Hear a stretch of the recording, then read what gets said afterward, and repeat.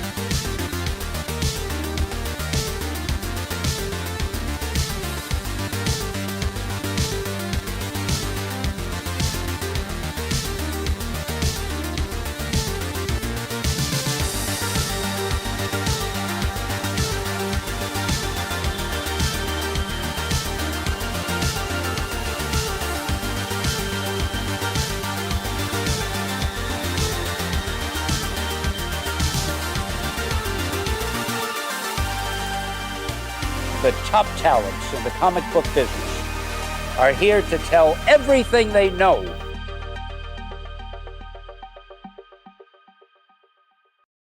What is going on, everybody? Welcome to another Tuesday night here on Beyond Wednesdays, another Industry of Comics episode 63 of the Industry of Comics tonight.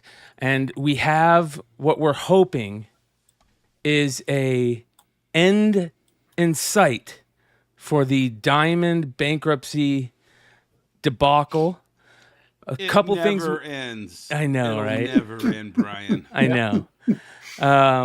We're going to talk about, also going to talk about Free Comic Book Day 2025.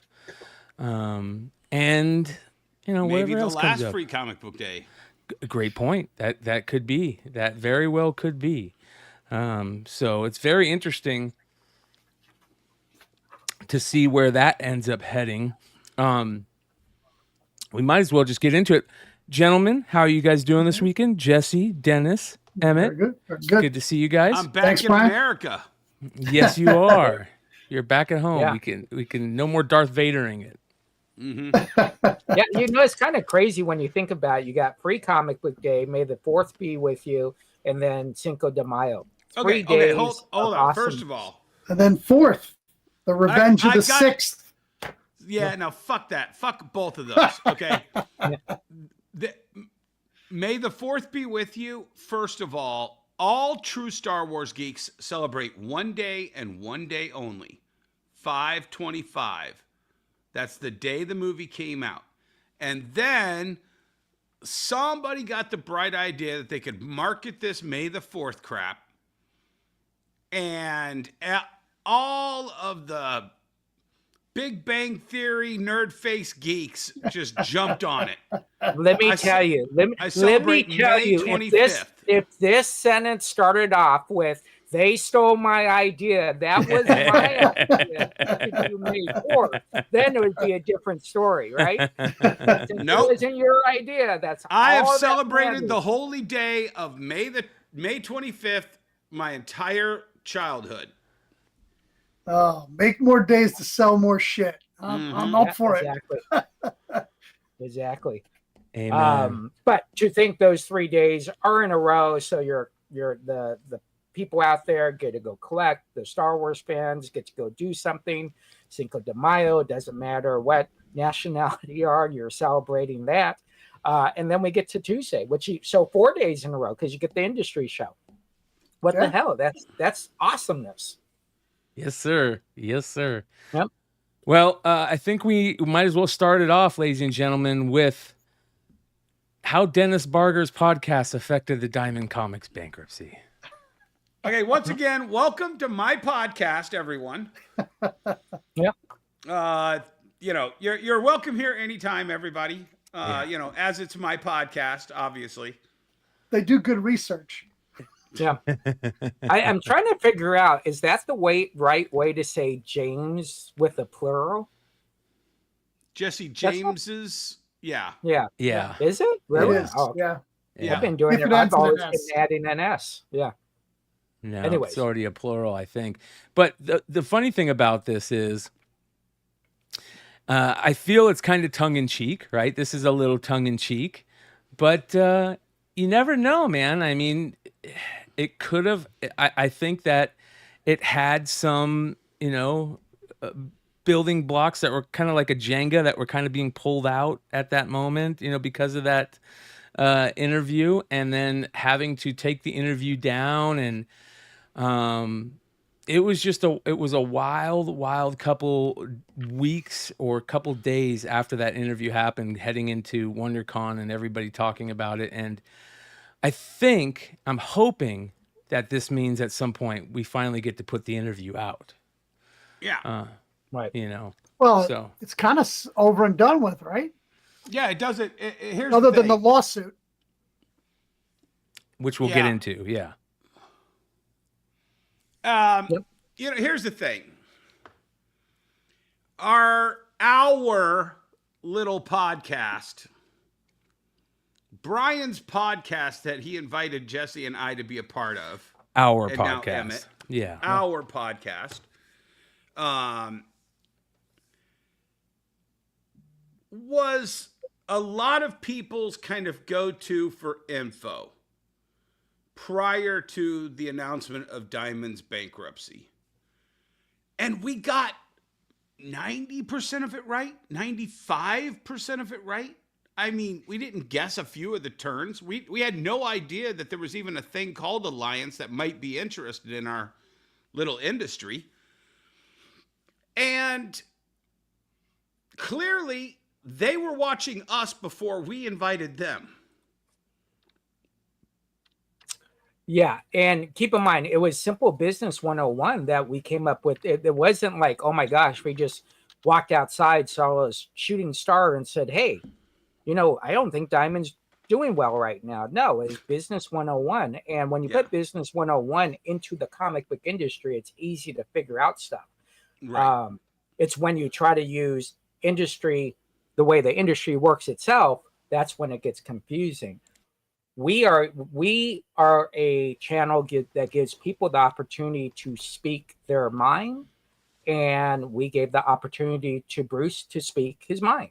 Yeah. And it is what it is. So well, it was to me, the way I looked at it was introducing him to the industry that he just put his dick on the table to buy.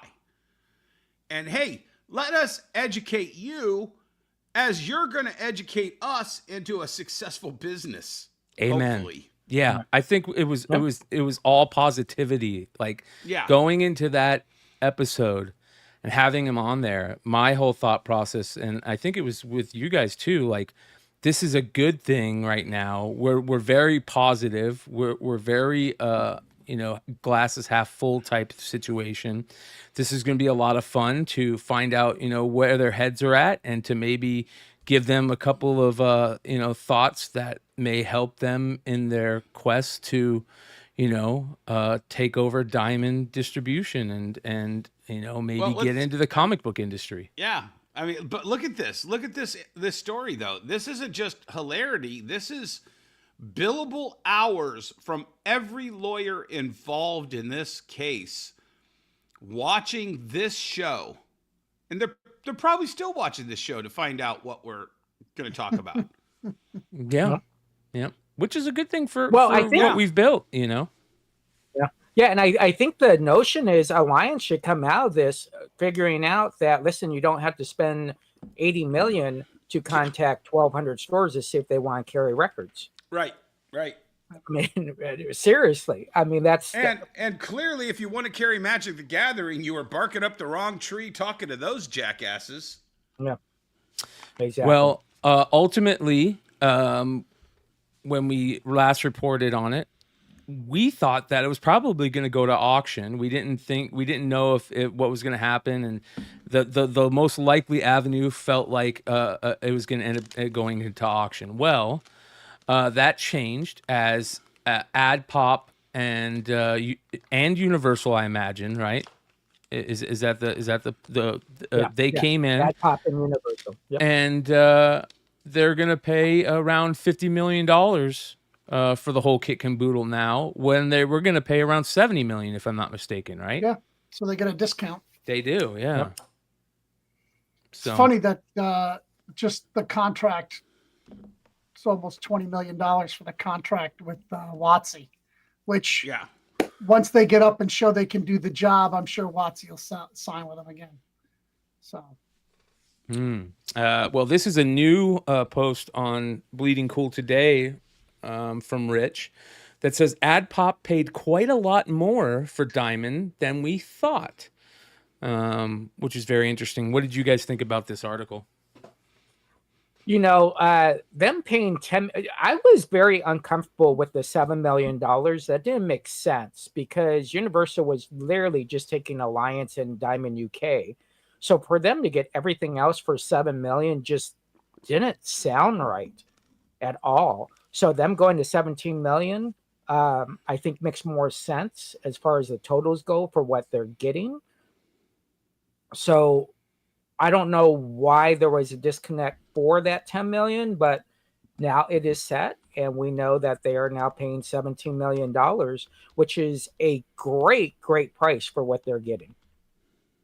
Yeah. So in Diamond Comics, is it one warehouse or two? They get whatever is left. Right.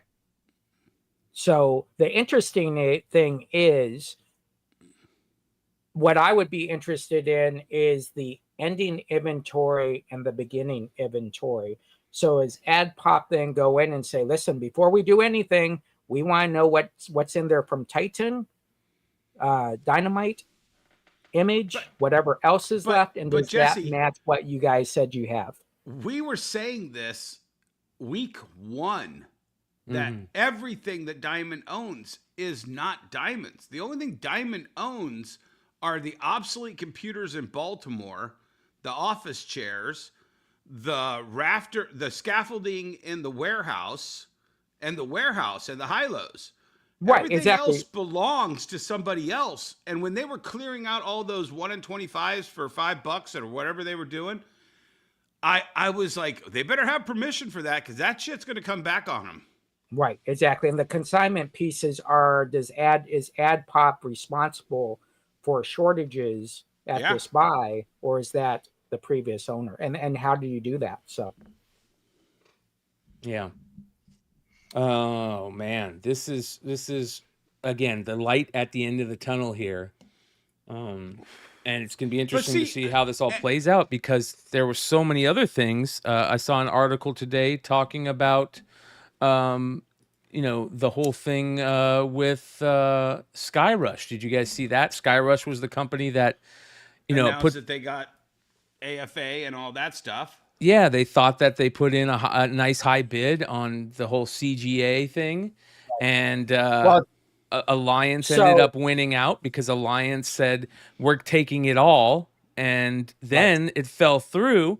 So now Skyrush is like, hey, we still want to put that bid on there, and they were basically just kind of ghosted, it sounds like, right? Right. Yeah, technically they did win at the first bid, but because they combined everything, they lost. Right. I don't understand sometimes these companies bidding on something that they can do themselves. It can't be too much. Jesse, I have to, and I'm gonna sound like a total dick here, but total dick. Yeah.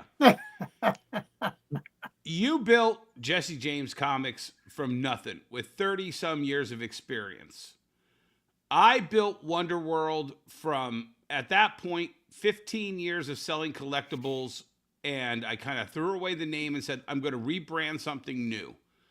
I'm going to build this from the ground up, this other thing that I had never done before, a comic shop.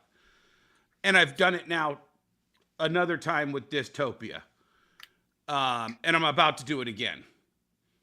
But a lot of people can't fathom the amount of work like Emmet has done, like so many of our retailer brothers and sisters have done, to build it from literally the ground up. And they think the only way to do that is to either tear down a competition. I mean, Jesse, you know, the Arizona market was fucking brutal. Yeah. It's you could write a book about just the Arizona comic book market in Phoenix. So there's so many of these people who think, oh, I'm going to build this store and I'm going to tear down the biggest name in that area so that however small my rise is, I've brought them down below me. It doesn't work that way. No, it doesn't. Yeah. It does not. And we say from the ground, a lot of it started from the ditches. I mean, that's, the ground. I was like, man, I wish I could have started at the ground. No, I was in the ditches doing this. But I think at the end of the day, if they truly want to do it, I don't know if there's grading schools you go to and you get a diploma or how that works. They don't. I wish they did. Yeah, exactly. So maybe they spend a little bit of money figuring out how they do it themselves. First of all, Skyrush does not relate to me as far as being a grading company. So maybe just their name alone needs to be changed. But at the end of the day, the best way to move forward is to pivot in a direction that allows you to achieve what you originally tried to get and someone said no to. So go out and do it yourself. Well, and here's, I'll throw this in because I was thinking about this when I was reading that earlier. Adpop owns NECA. You look at that list of everything Adpop owns. I think almost everything that they create is going to get hammered by the tariffs if they happen. Exactly. Are they going to have that much money when the tariffs happen? Well, you mean the big tip, because tariffs are already happening. China, if it's coming from China, it's already got a tariff on it. NECA makes everything in China. Yeah. Okay. And they're already considered the most expensive toy brand on the shelves. They put them in the collectible area at the back of. Yeah. Well, yeah, but Sideshow's not at Target. Yeah. Right. I'm saying at Target. True. Right. At Target, you could buy the $24.99 or $20 or $25 figure over in the figure aisle, or you can go get the $30 or $35 or $40 figure at the back by the record area. That's where NECA, that's where Adpop lives. Yeah. Everything on that shelf in the back of Target gets hit with a 25-50% tariff or whatever on the cost. They're done. Yeah. So a lot of everybody's looking to move to and that's the company that now owns Diamond. Yeah. Right. Well, didn't Diamond owe NECA money? Yeah. So is that just a wash, I guess? Well, I think they get to declare some of that off maybe of their purchase price. Right. Because that money goes into the coffer and then goes out to the creditors. So if they put $50 million in the coffer and they're owed $5 million, then they get that percent right back into their own pocket. Yeah. Well, correct. You also have somebody in the chat that created a marketplace for small publishers to sell to retailers right through the marketplace. He's not doing anything. It's just a marketplace. Panelfly. I can't wait. I haven't got a chance to sit down and actually talk to him about it and get onboarded, but he's already bringing on a lot of small publishers onto his website to be able for us to buy through there and then have the publisher ship directly to us. So somebody's already getting into the space that Diamond was in. What is Diamond even left with? Other than Dynamite. Well, they have 67 employees or 105, however many employees they have. So that will be very interesting what happens there. Comic book day. Pre-comic book day. CGA. 1,200 accounts. 1,200 accounts. Brian, what you don't understand is when Diamond was operating on all of its cylinders, Free Comic Book Day represented $2 million in sales. Total sales. Roughly 8 million comic books that retailers were paying a roughly 25 cents a piece generated $2 million in revenue for them. They got to get their little bit of skim off the top of the shipping all of those orders out. Yep. But they didn't make much pennies on every comic. So, but that was a loss leader for them that made a little bit of profit that, made it worth their while when they had all of the other stuff. But when they lost DC and then they lost Marvel, that percentage came down and it almost was probably more of a liability at the end. You see, they were shipping comics as a week before Free Comic Book Day this year, Emmet? No, I got mine early on time. There was that big fancy book that everybody was waiting for, I know, showed up because I didn't get it. I didn't order it. It showed up. The Ridley, I actually put that in my swag bags I only got, I think, 20 of them. Right, but they came the week of Free Comic Book Day. But they didn't come from Diamond. Oh, okay. They came in a different box with a different label on it. It looks pretty cool. Like I said, I hope it's not the last Free Comic Book Day. I hope somebody gets involved that sees what, I have always seen in Free Comic Book Day. Other retailers, I've seen stores that just put the books on the table and say, Hey, there's the free comics. Go ahead and take whatever you want. Well, before we get into Free Comic Book Day, I mean, there are some scraps that are hanging around at Diamond, right? Like the comic, most of the comic stuff isn't something that we have to worry about anymore. Lunar and Penguin Random House is going to figure that out. Places like Panelfly and Massive and other things will pop up where some of the small publishers and some of the smaller creators can get distribution. But the things that we're gonna see are obviously the Wizards of the Coast thing. See if that's gonna end up being extended, or if they're just gonna back out of it. So we're waiting to hear about that. Ultimately, we're waiting to hopefully hear that something's going on with Free Comic Book Day, whether they're gonna sell it outright or continue it. And then hopefully we'll hear something about the CGA, whether they decide that they're going to keep it, utilize it, or sell it. Those are the type of things that we're waiting to hear from, and most of it isn't really comic based, right? I mean, I think the comic stuff is kind of going to phase out. And like we're talking with the toys and NECA and that type of stuff. The other thing that we're waiting to happen is this. AENT, Alliance Entertainment, is suing Diamond. And this is going to be a story that I have a feeling is going to take some time to figure out, right? I mean, this could be a long process. Lawyers this could make a lot of money. 2 years, 15 months, somewhere in that arena.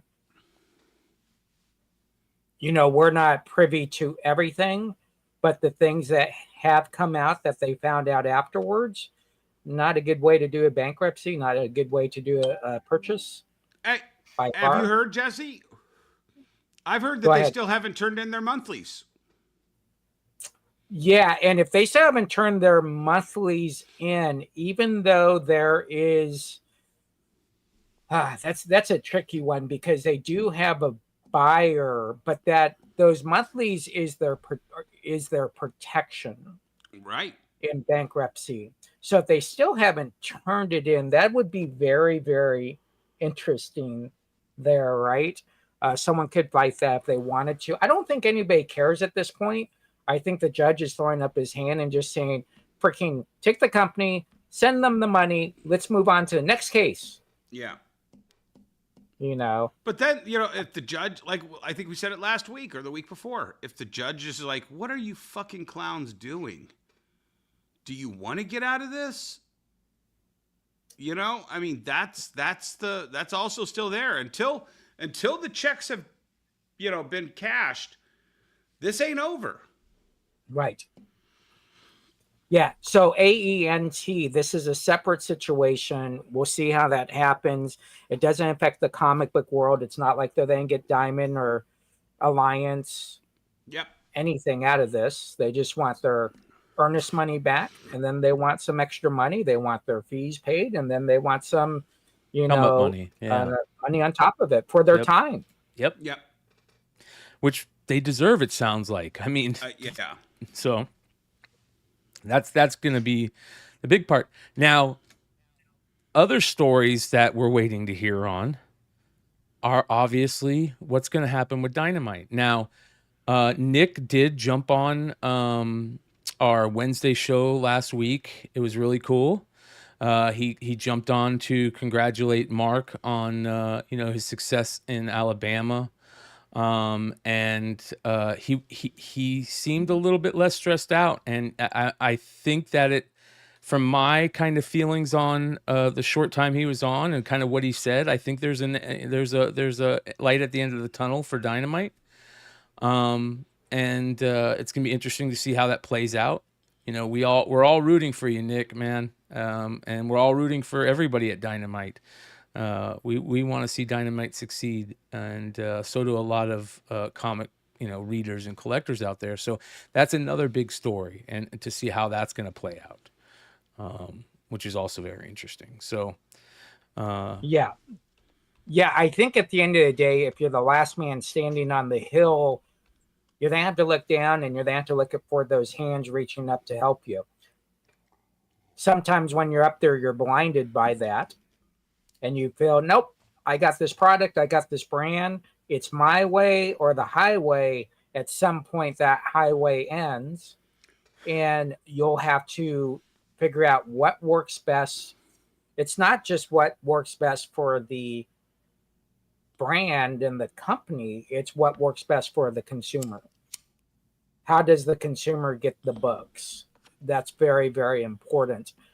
If he can get that in the hands of Lunar, or if he can get in the hands of Penguin or UCS or Panelfly, whoever, the notion is there's this essence that the consumer never has to worry about it going forward. They don't have to worry about getting their Mark Spears books. I mean, that's pretty crazy to think.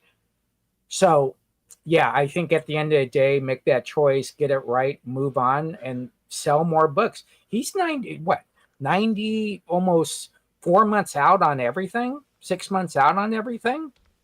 So it's May? So he's in September right now as far as product coming out and all that. So yeah, peace of mind, I think, is his number one thing he's got to fix right now. I also talked to, there was a couple other interesting situations that came out of this. I've heard from publishers, and creators alike, that there's been problems getting paid, because of all the money that's been tied up in the Diamond debacle, where artists, publishers were having hard times paying their artists and their creators because they were, supposed to be getting money back from Diamond. And they're having to figure out ways and pivot to try and make that money, and it kind of puts them in a tough position. So it's very interesting. I just want to add one thing to that, Brian. And I'll say this with a very large chunk of ego. If the industry saw what we saw interviewing Bruce Ogilvie that first night, if this industry had 1 ounce of vision, every single person who tried to throw a wrench in the super huge, generous offer that Alliance made to buy Diamond and to buy into this industry, rather than throw those wrenches in, I mean, that was when was that? April? Was that a month ago? Hold on, let me go ahead and was it March? Longer than that. They were the ones that put in that offer in the beginning, right? They call it but whatever that interview was, whenever our show was, all of the wrenches started getting thrown into the gears at that moment. If they had not thrown those wrenches to get where we're at right now, the entire industry would have been paid flush. The $39 million that Diamond owed every publisher would have been paid in full. That's interesting. And everybody would have had the money a month ago. Yep. But when you hear that publishers were upset that they might not have a business model with this new Diamond AENT, and that's why they were stalling, and it stalled long enough for Alliance to realize, wait a second here, we're looking at Diamond, but when we turn it sideways, it's as skinny as a rail and it's all propped up. No, we're out. You're trying to hide stuff from us. We're out. I know exactly what you're saying, and it's hard to argue against it. It really is, man. It really is. Yeah. Yeah, I would just caution publishers out there to stay with the proper way to sell comics and not do stuff that might be considered detrimental to your brand, detrimental to your customer, definitely detrimental to a retailer. I think you need to be very careful on how you sell your product online and how much you sell it for, and making sure that was actually offered to the retailer first before you do it. Well, that's a great question, Jesse. Can you how did you put that? What state that again? What? So basically, what we want to make sure that's happening is if I'm a retailer and I go out and I buy 50 copies to get the 1 in 50, and I'm working my ass off to spend $200 or $150 to get that 1 in 50, that 1 in 50 better not show up on a web page for I got you. $40. Oh, I know what you're talking about. Are we going there? Exactly. Are we going there? Well, I think that's fine to talk about because it's happened for a long time. And we need to understand that when the publisher crosses that line between a retailer, that's a challenge. Mm-hmm. That variant is a retailer incentive, RI. It's always been that. Not anymore. Not anymore. Now it's a ratio incentive. Yeah. It's not even that anymore. Yeah. It's not even that. Now it's a way we're to going get to partner. It's a way to get $25 for a $2 cost comic book that you sold. Well, here's the important thing about this, and I will shout out to Michael Calero because he did reach out to me. As soon as he heard there was some who is talk that? about Who that. is that, Brian? The owner of Massive Publishing. Oh, okay. Oh, we had him on the show. Michael. Yes. And we kind of talked about it, and he kind of explained himself, and he basically said, they were in that weird state of, not being able to pay creators, and I think their heart was in the right place, but I don't think that they looked at it from an optics perspective, and those were being sold there to kind of offset that cost that the creators weren't getting paid, and again, heart's in the right place. Hey, hold on. They give them to the creator for them to sell. Yes, exactly. There was many different things that could have happened. And he agrees on that. And here's the important thing. He's willing to have that conversation. He's willing to take constructive criticism. And now it's how he changes that, those, is he going to continue that, that way of doing things, or is he going to change it for the better? And I think that's what we need to keep our eye on. Will they continue to do that? Are they going to figure out another way to offer it to, which I think they're working on. And that, again, that's the important thing, is how they react to the community and how they change it so it doesn't happen again.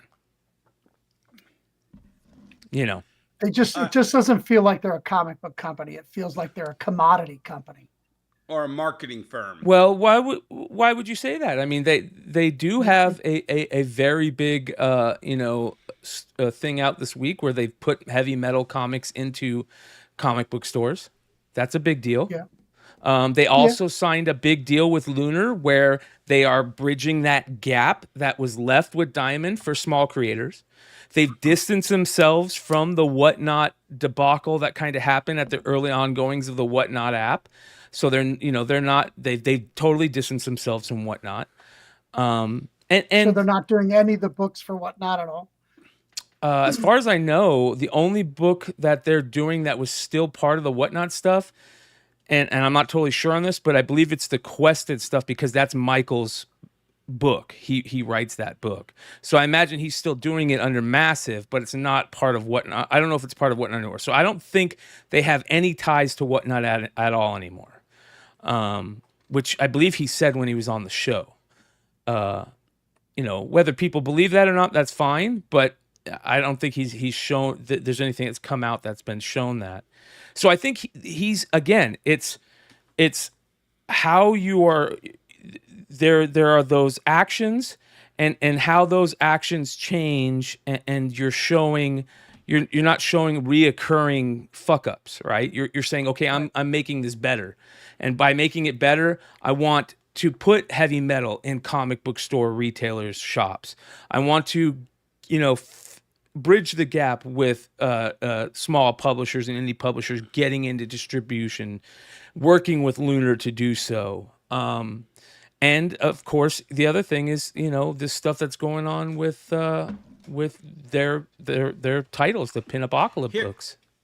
My father, who's buried about a half hour away from you, Brian, gave me a great piece of advice. And Emmet, I'm sure you heard it while you were in the service.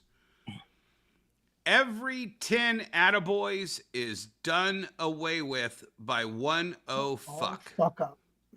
Yeah. And we can put this at scale.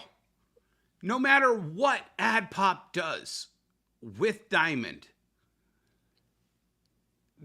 has so many scars on it right now. If Adpop came out and said, hey, the new Diamond is going to have unbreakable shipping boxes that'll never have a comic book damaged, are you going to believe it, Emmet? No.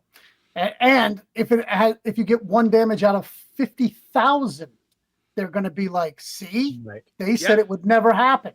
Yeah. And it's going to happen because I get damages from Lunar and I get damages from they're smaller. They're very few and far between, but it still happens.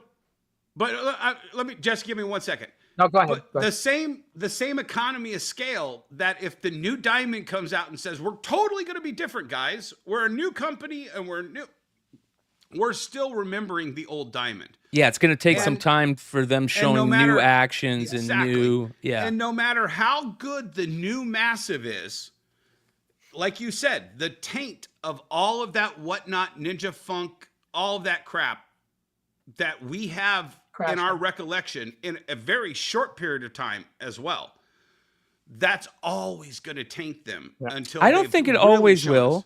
I don't think it always will. I think that but how long? Well, I think that then they have to be very transparent and exactly.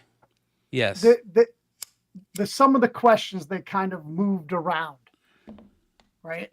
They specifically, when we asked them if Whatnot had anything in their company, he was like, no money goes to Whatnot. Okay, well, maybe not Whatnot, but what about the guys who own Whatnot? Like, do you have partners? Do you have what's your organization? Is there any connection that you're not telling us about? It may not be Whatnot. Of course, they're not owning part of Massive, but do the people who own Whatnot own any part of you? Right? He specifically said no money goes to Whatnot. He didn't say nobody that's involved with Whatnot. Would that be a problem though? If Whatnot, if say one of the owners of Whatnot or somebody that works at Whatnot is a silent investor into Massive? What if silent? No, but you make it transparent. Okay. Like, oh yeah, this person is an investor, but they're silent. They have no say. Or it would be like if we all found out that Adpop was owned by all of Diamond's management. And that, right. Does it matter? I mean, it's Adpop. They own NECA. Well, yeah, but also they were managing the company that they drove into the ground that screwed over all these publishers, but now it's under new ownership. The good old boy system never goes away. They just shuffle the chairs on the fucking Titanic. Yeah.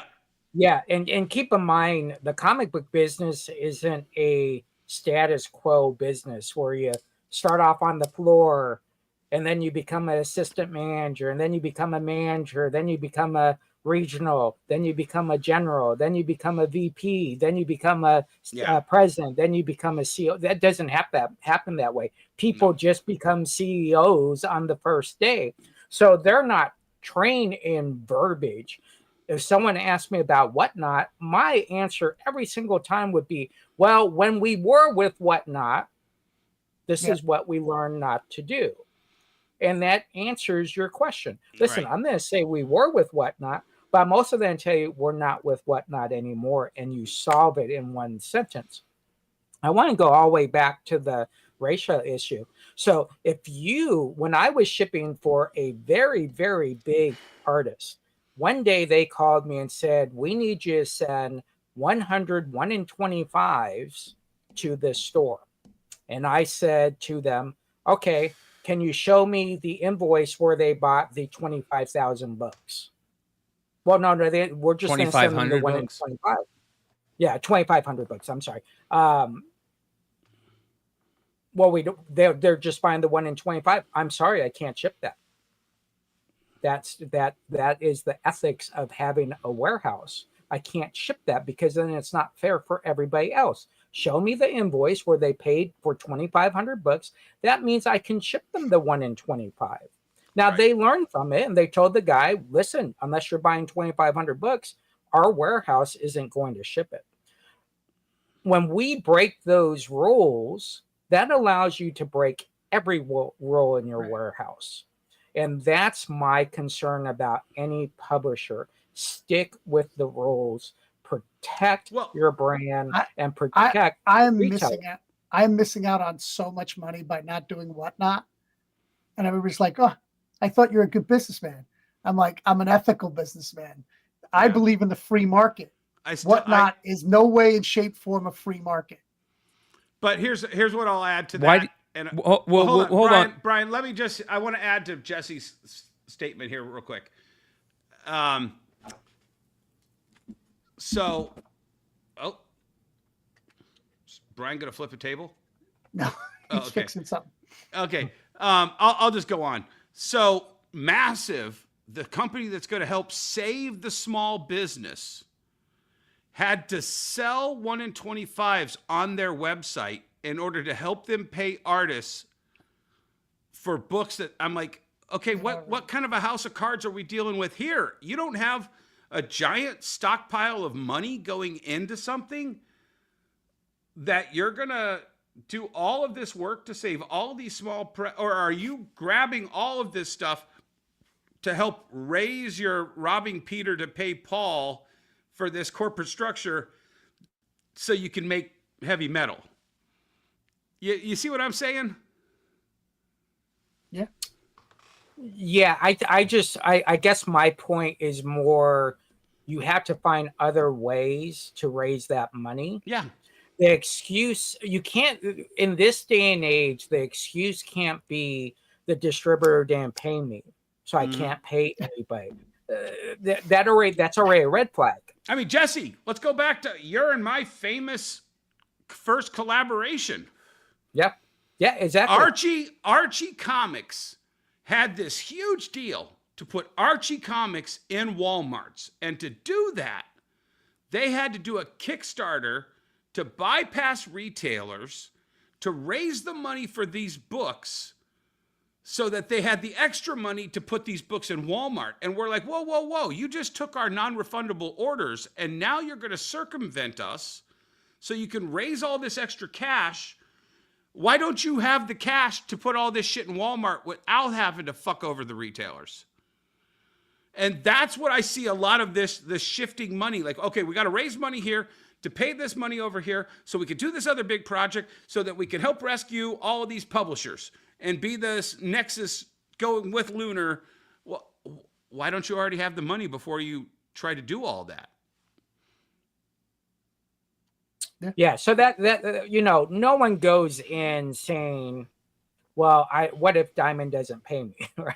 Yeah. So that just becomes reality. And again, like I said, because the way we start in the business, we start at the high level and then we technically work backwards, right? We dummy size ourselves position wise. And we say, oh, well, crap, I was the CEO, but I'm kind of working like a VP right now. I'm actually working like a salesperson on the floor. Some people are working like part-timers. Yeah. Right. And so I just think at the end of the day, learn from it, but be mindful that this is being attached to your brand. You can get away from it by doing better stuff in the future for your retailers, for your consumers. Let me ask you something, because it's been brought up a couple of times, and I want to ask you guys, honestly, do you guys think that Whatnot hasn't improved over the last 2 years immensely? Well, I'd have to say it has improved immensely, no. I watch a YouTuber called Rattlesnake Pokemon. I'm talking about just for comics, not for anything else. No, hold on, Bryan. Well, that's what I'm asking. I'm talking about comics. Whatnot sells shoes. I'm talking about Funko comics. Pops, sells. I mean comics, though. We know the card area is a shit show. We know that, right. Dennis. There's no. It's still I just want to know about comics. I'm talking about comics, man. The recent Marvel Whatnot collab. Mm-hmm. No one knows what the share went out to. There's a lot of comic book dealers on there. Did the smallest of the small get any? Yes. Did the guy who started? So everybody. There was no allocation. It was I think 2 boxes per person max, which meant that would be 12 packs per person max is what I'm hearing, which cost with shipping, I think $180 total. And most people made that up selling 2 packs. So they had 4 packs they were able to sell to profit offer. So, right.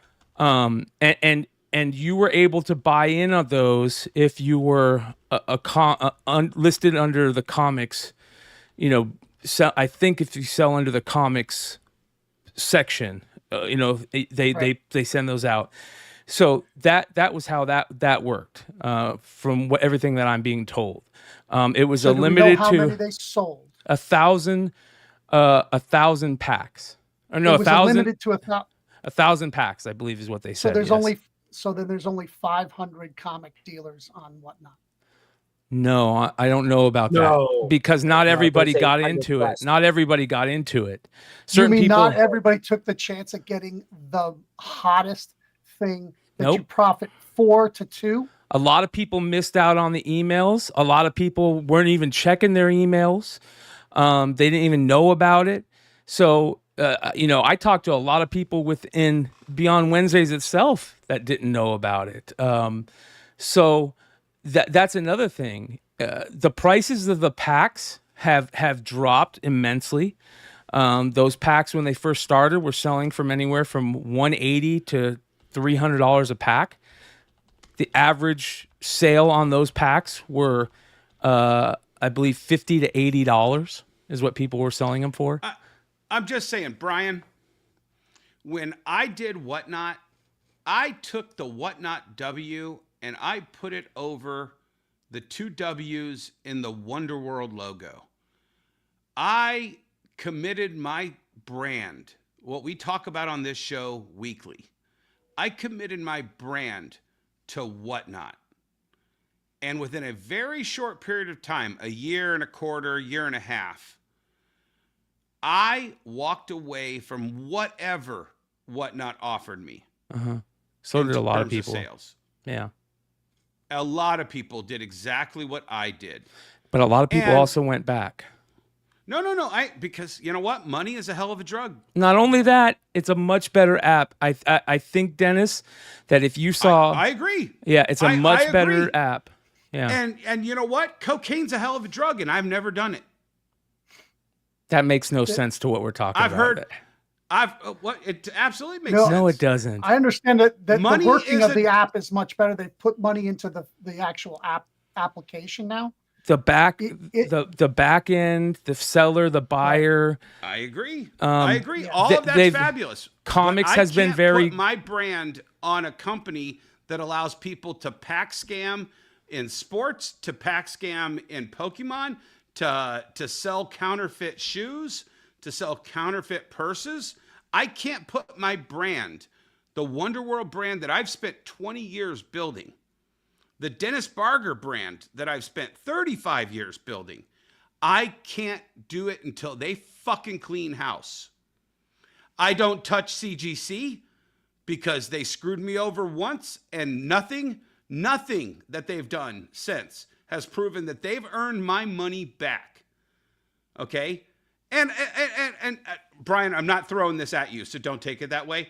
My integrity is worth more than any amount of money people without integrity can give me.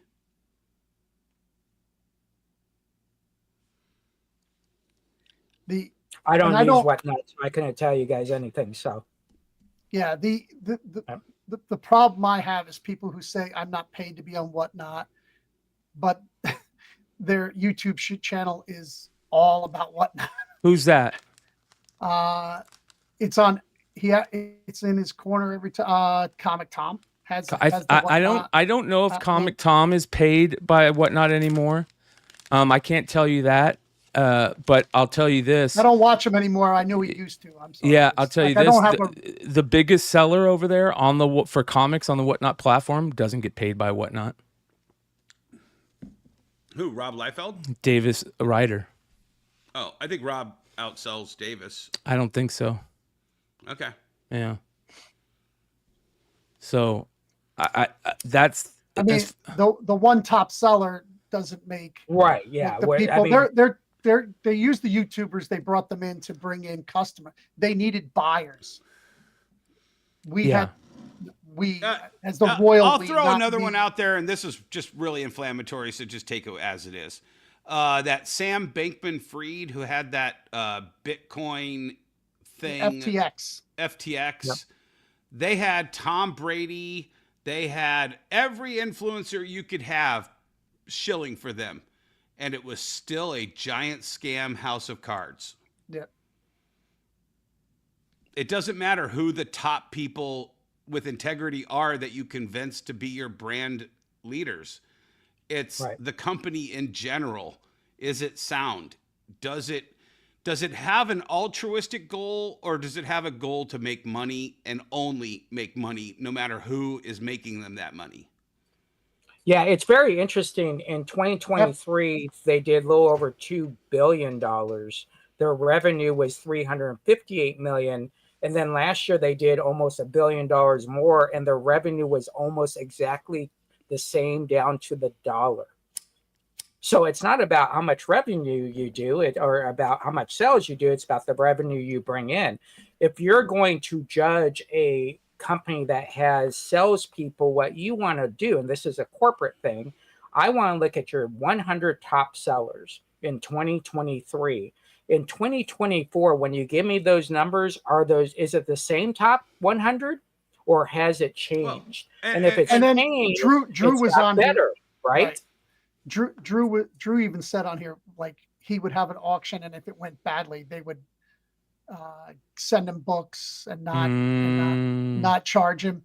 Oh, let's go back to the video. I've never heard Drew say that. Well, maybe I got the name wrong. It was the other comic guy that used to do the cards, who had the partner who he bought out. Hive Comics? Yeah. I don't think Hive Comics has ever had that happen, but they could have. The only time I've ever heard that happening was when they first started. They were asking sellers to put up more slabbed books. And if certain sellers, if they said, hey, I'll do this, but I'm really going to put myself out there, and I need a guarantee that I'll at least, that I'll get a certain quote unquote market value for what I think I'm putting up. And there were a couple of sellers that they did that for. I know Tony Blue Green Artifacts was one of those people that they did that for. I don't know any other ones. But that was very early on in the selling. I don't know if they still do it. These are all great questions that when we have, Jack on to talk about, the last 2 years and whatnot and what's changed over there, I think would be very excellent. So that's the sort of thing questions. that I talk about when I'm talking about it not being a fair marketplace. Those type of things. Yeah. Because I know there's a lot of guys that got destroyed who were on the low end, who were putting books up for $1 to try to build people and get people to their thing, and then they just get, the tar kicked out of them in their books. But I don't think that happens anymore. So I intentionally lost money for several months selling on Whatnot, but I was selling stuff that I had no money into. Right. So I was losing the equity of the books to gain a following.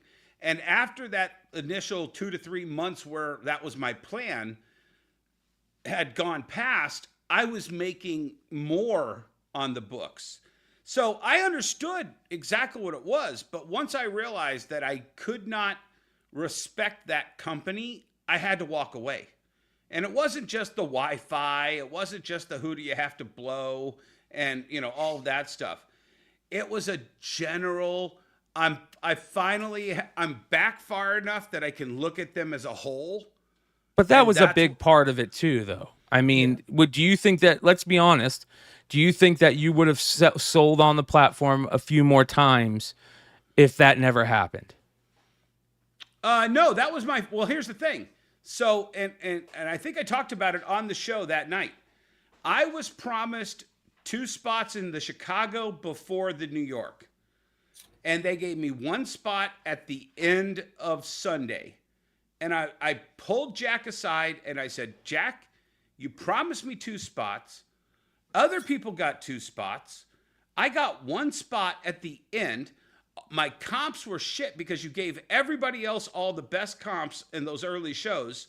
I had nothing for comps on the, and the thing is Chicago's my hometown show. I'm going to go to it anyway. Right.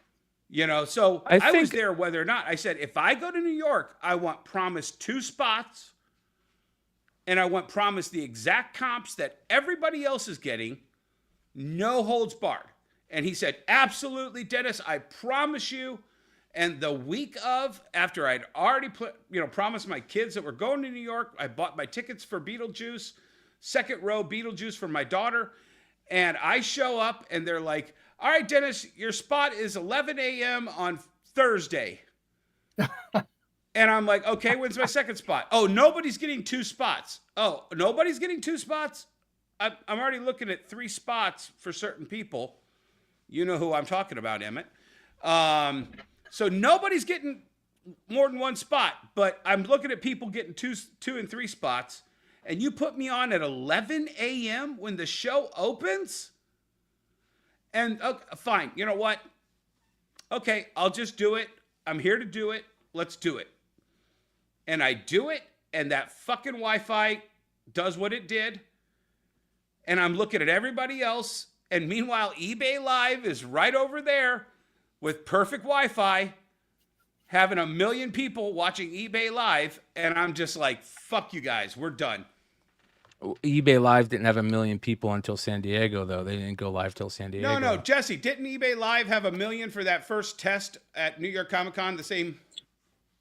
I don't remember the numbers at all. The first test was in San Diego. You know what's kind of funny? Let me get my 2 cents in here on live streaming as a whole. I don't care about the company. I don't care about the company's name.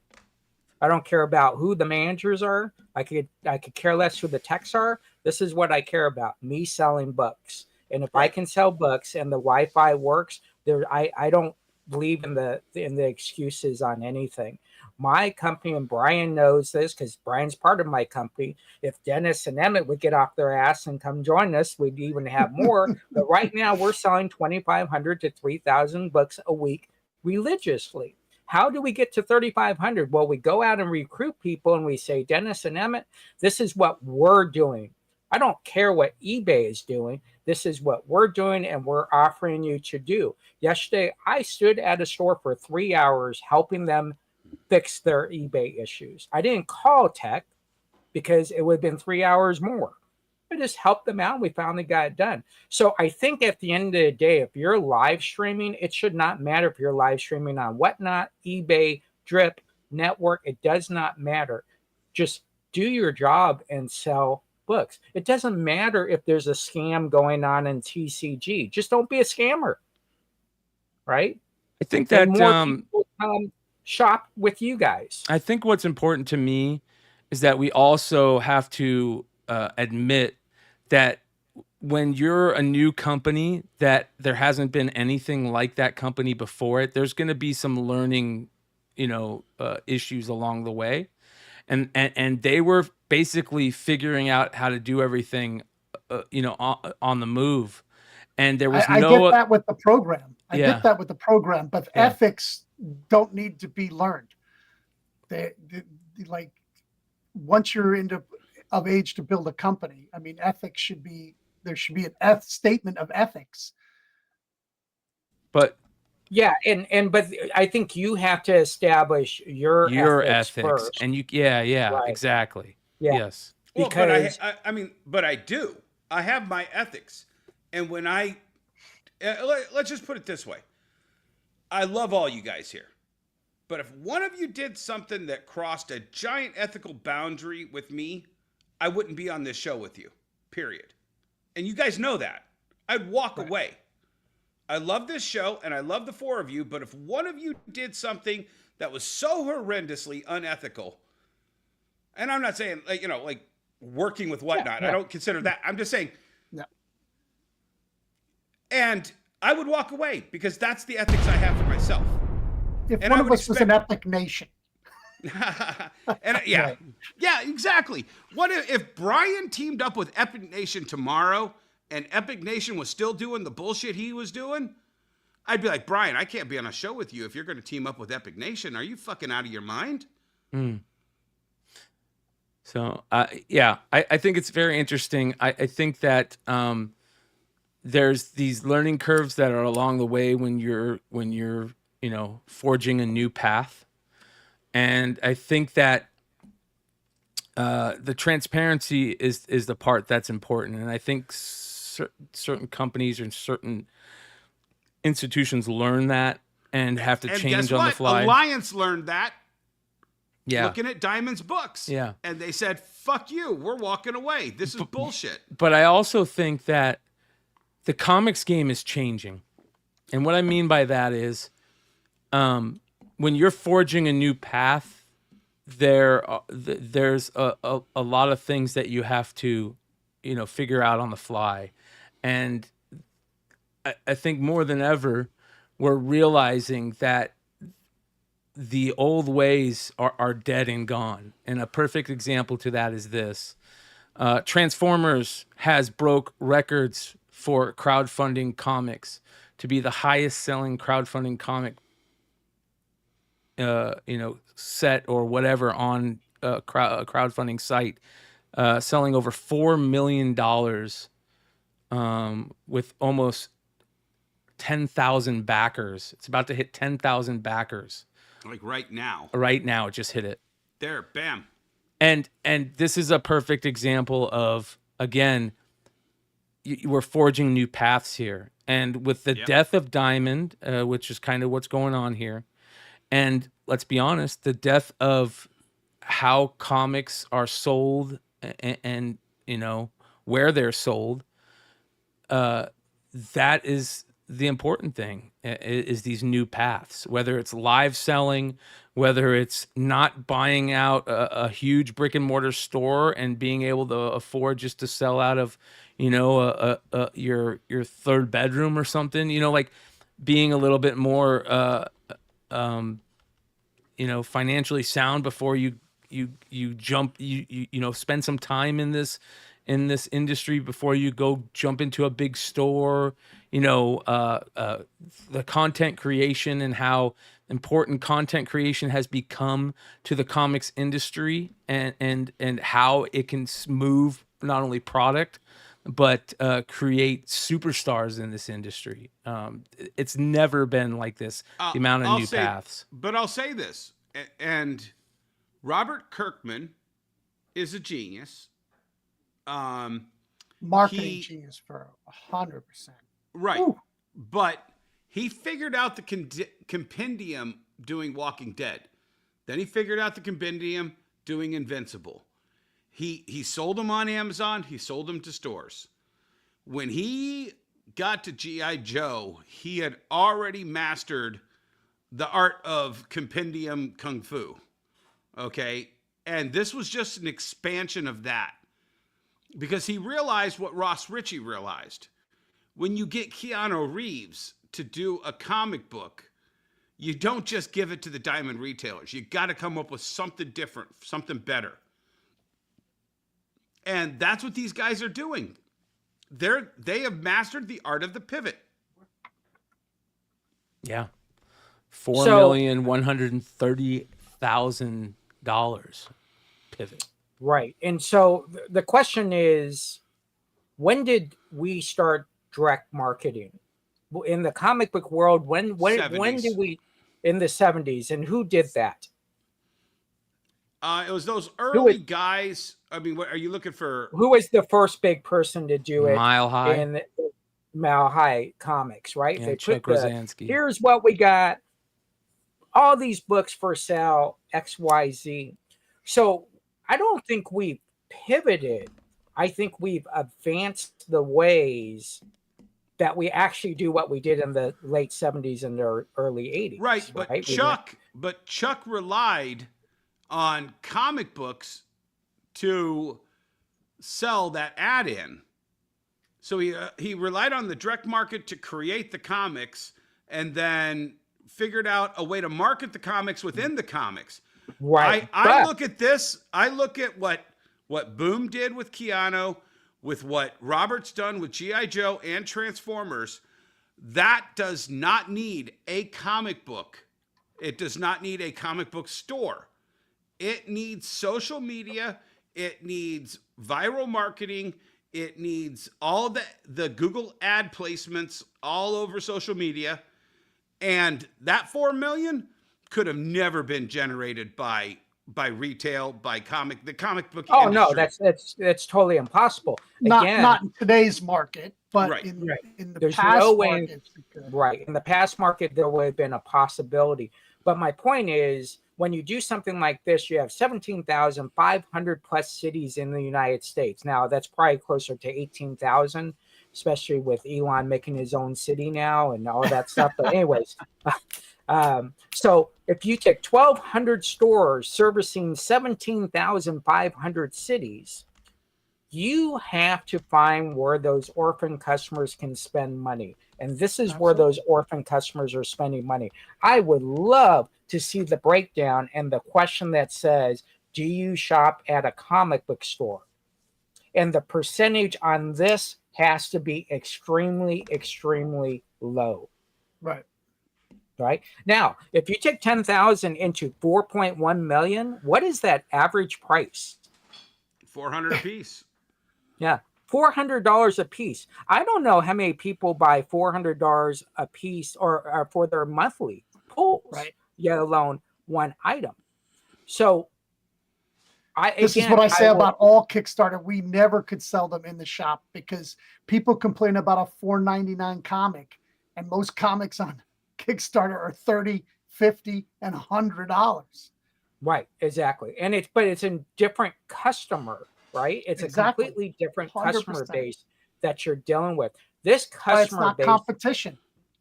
right? Traditionally, this type of customer that buys, and I don't want to put people in boxes, but they're the person that comes in, buys a comic, walks to the counter, walks out.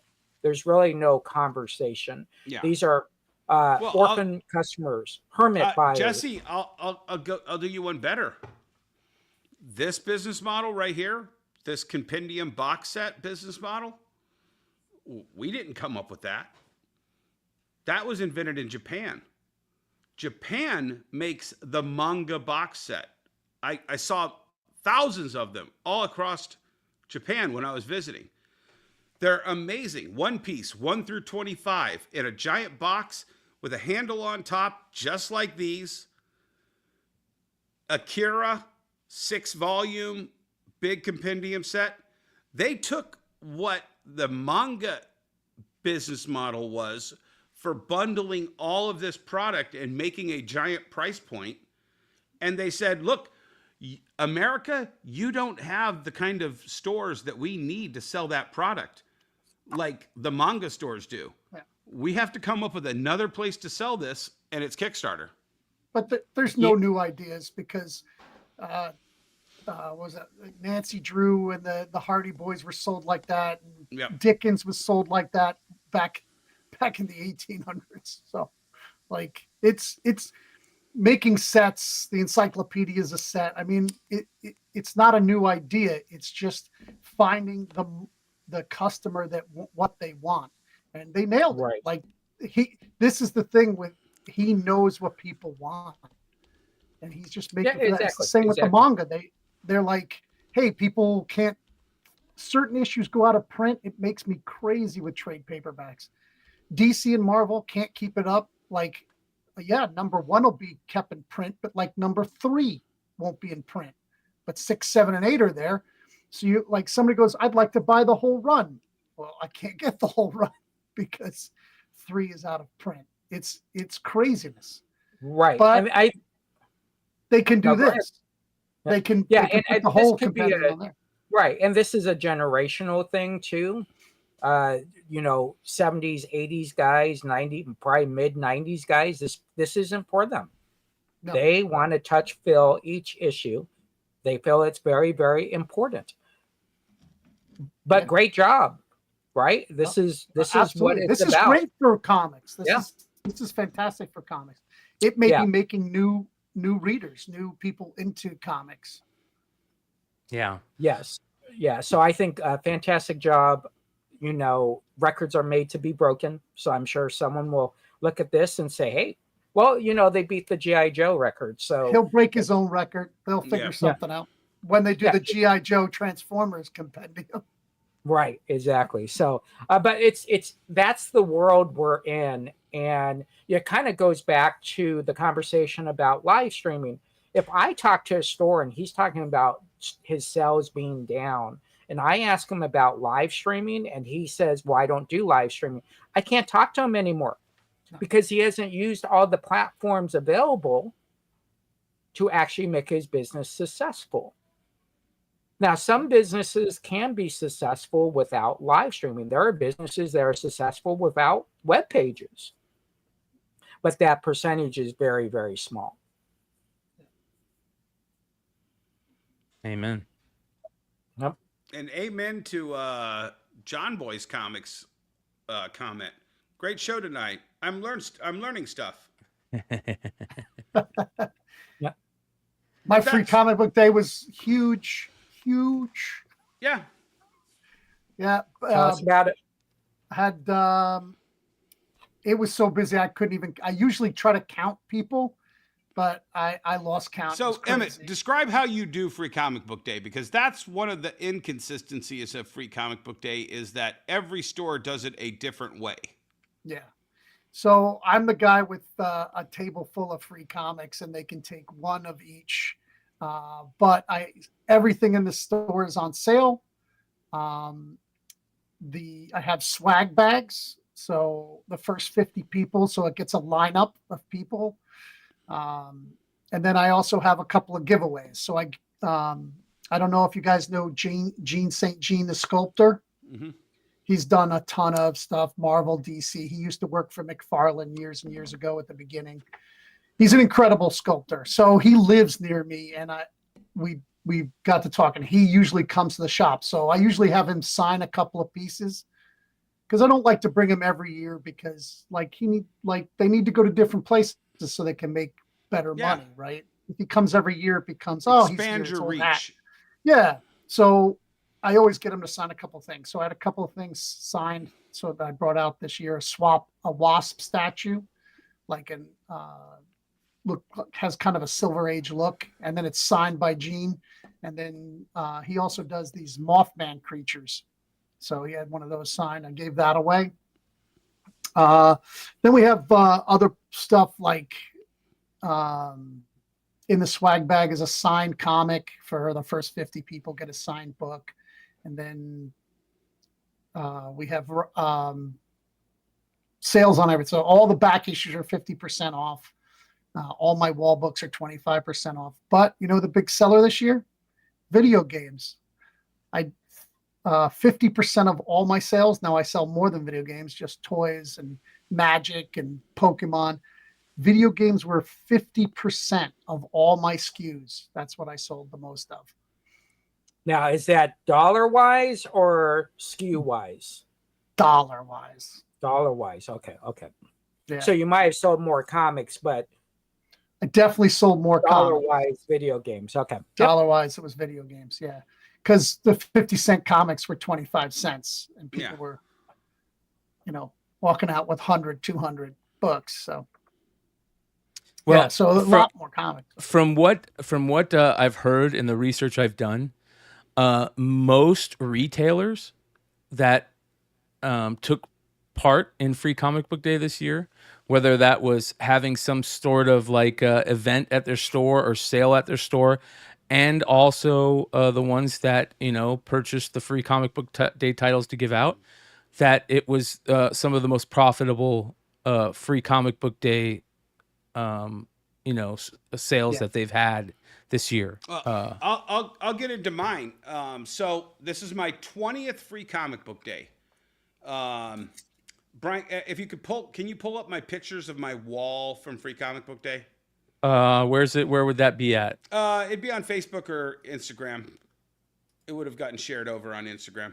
It's just a big giant wall of comics. I did get the Mark Spears book. I seen a lot of people talking about Mark Spears. Their comic shops didn't get Mark Spears. Yep, I got them, and I don't have a one left. It was the most popular book.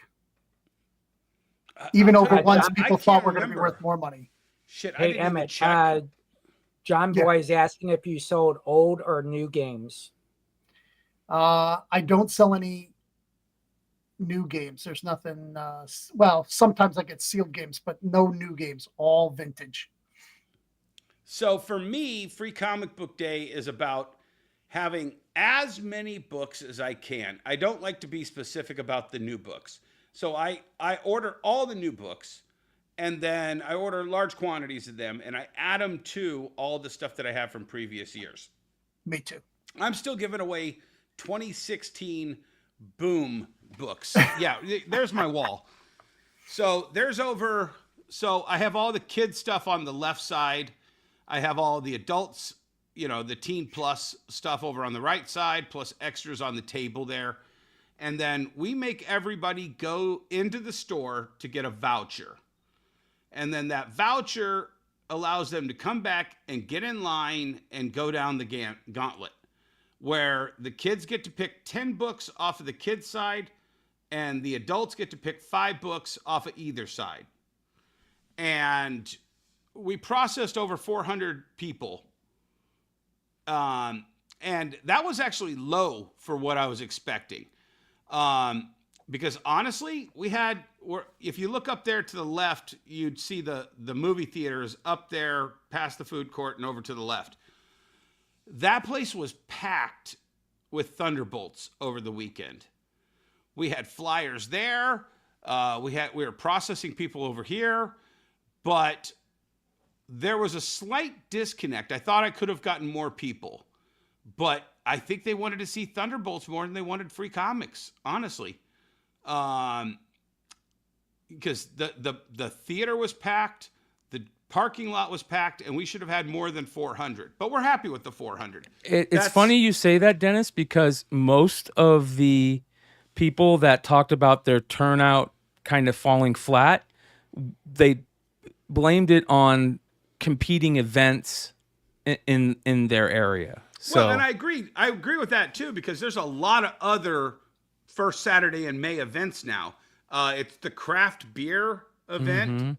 It's I forgot it. There was like 2 other events that I was like, oh, Star damn, Wars Day. Shit, we had ILCon. Which was, there's a lot of conventions that are throwing themselves on that third. There was a good horror convention not too far from me. Yeah, well, and I'm not throwing them under the bus, but the people who put on the Monroe Comic-Con put on a wrestling event that had Kurt Angle, Tyler Mane, all these names. I'm like, shit, I can't get away from here to go over and check that out. And I wanted to check that out.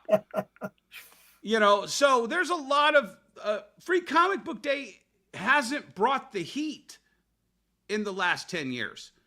Yeah, we got free comics, and every year there's a great one, and there's a couple good ones, and, blah, blah, blah, and this is going to lead into the big event for this book or whatever.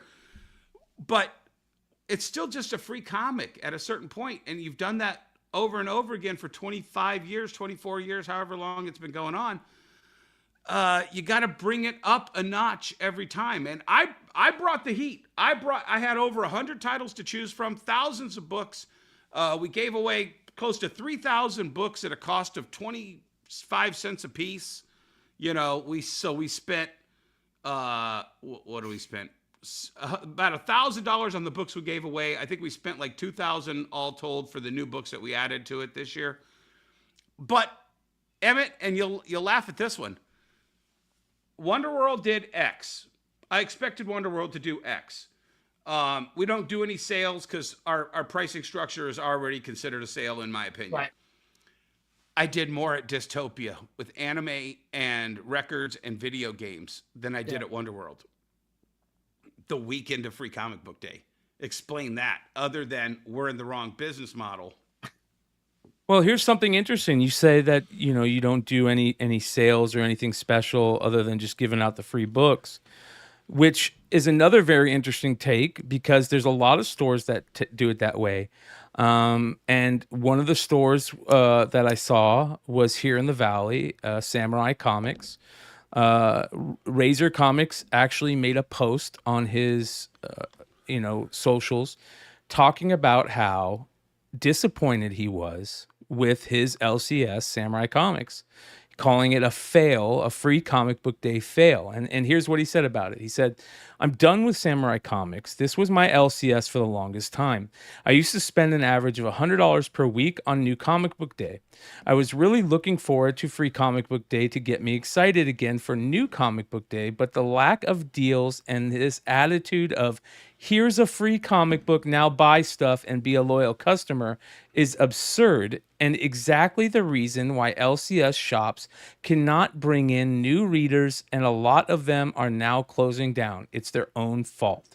And he has a video on it on his channel that I haven't seen yet, but I'd love to get your thoughts on that. The stores that don't really do anything special for Free Comic Book Day anymore. And Jesse, I know, has a very interesting opinion on this that I would love to get into.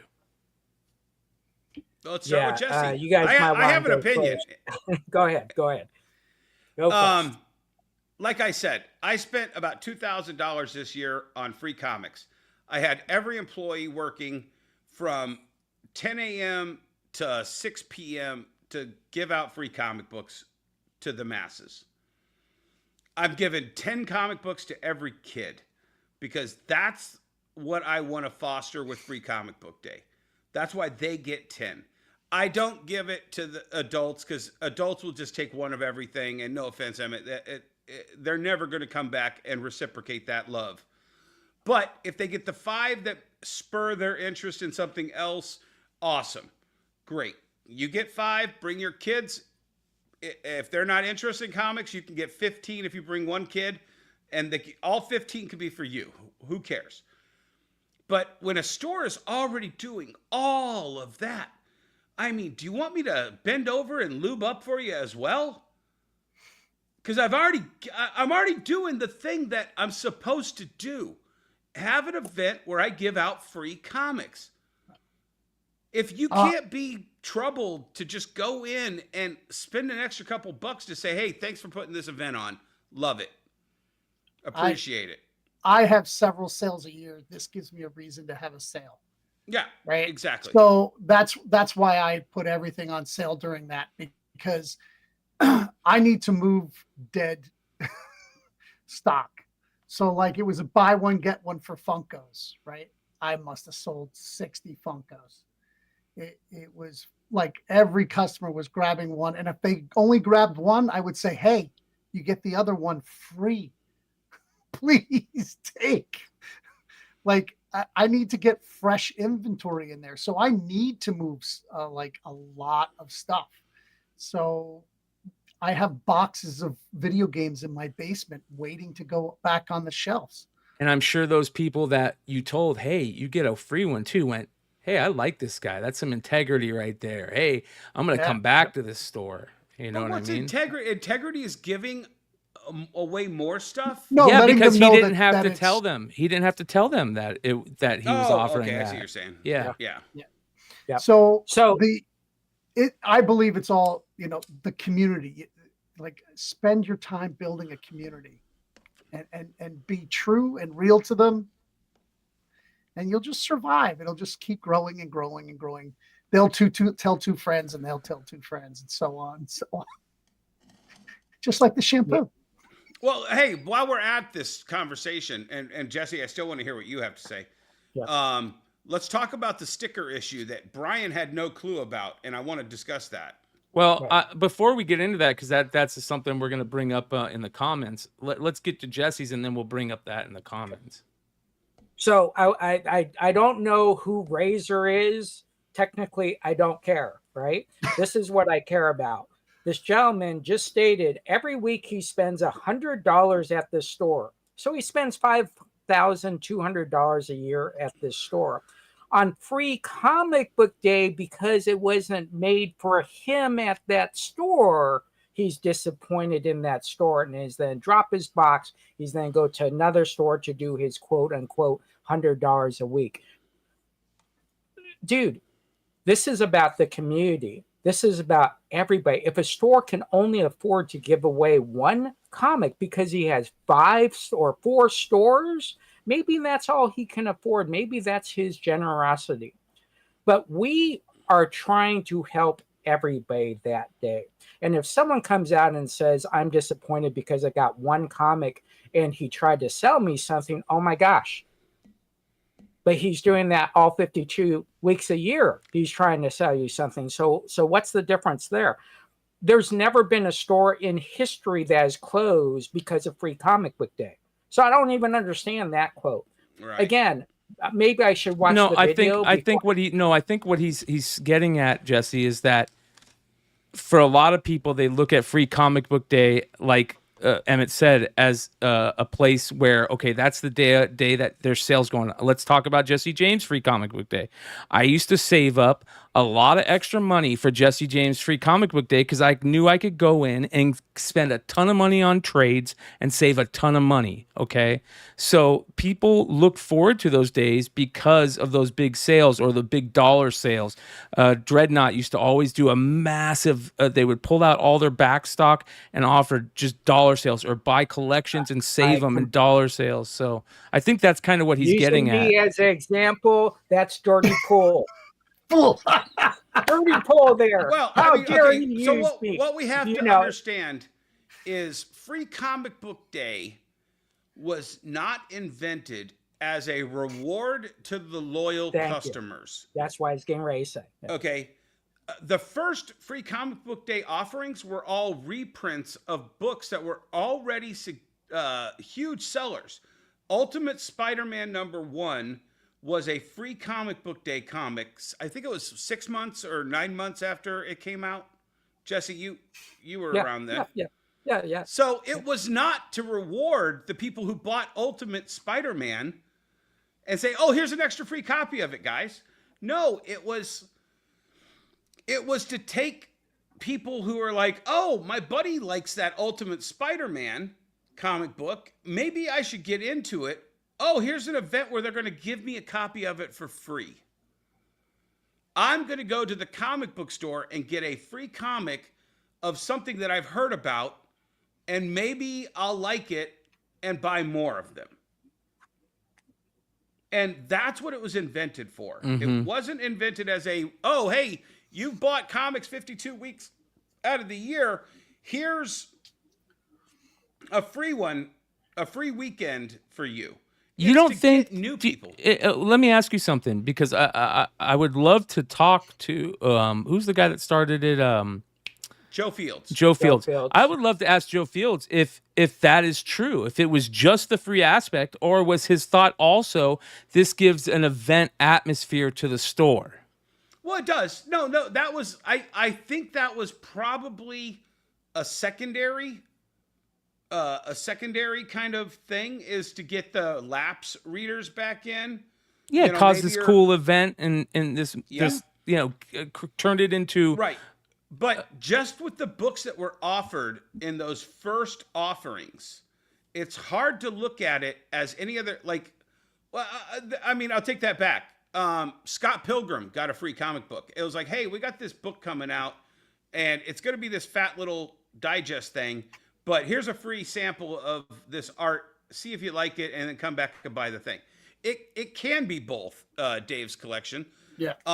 But I just used the example that Marvel took out of that. And I can't remember what DC's first offering was, but I'm pretty sure it was a reprint.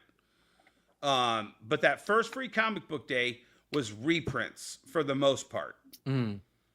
And then it evolved into, okay, I've got this big event that we're pushing. Let's give them a half issue of what that big event is.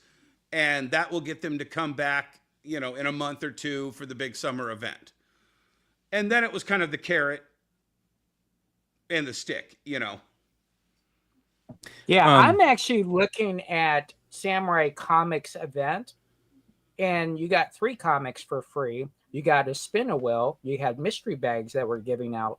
So maybe the guy just showed up late and that stuff was out and they were short on books. I don't know. Again, I don't know the guy. I didn't watch his video. I don't even care about his name. As an individual consumer, Free Comic Book Day was created more for people that didn't collect comics or had never been into a comic book store. That was the full intent of it. Joe Fields did a great article about we've lost our ways with Free Comic Book Day. Listen, I was one of the enablers. I'd open up at midnight. At midnight, Brian knows this, I would have 500 to 700 people at midnight. Yep. Right? By the time I had opened up at 9 o'clock, because we closed for 2 hours, I'd already done more than the whole city was then due for the whole weekend. Yeah. In volume. But at the end of the day, if you look at it nationally, forget about the big stores, the stores that really enjoy this. Think about the store in Des Moines, Iowa, or Rapid Cities, that this is a very, very big day for them. And so whatever they're doing, that's great and that's wonderful. But I think what happens is if someone comes out and does a video because they, quote unquote, didn't like it, well, that's their opinion. It's not the national opinion. I think that's more my point about that. And I'm going to send you a link right now, Brian. This just got tagged me today.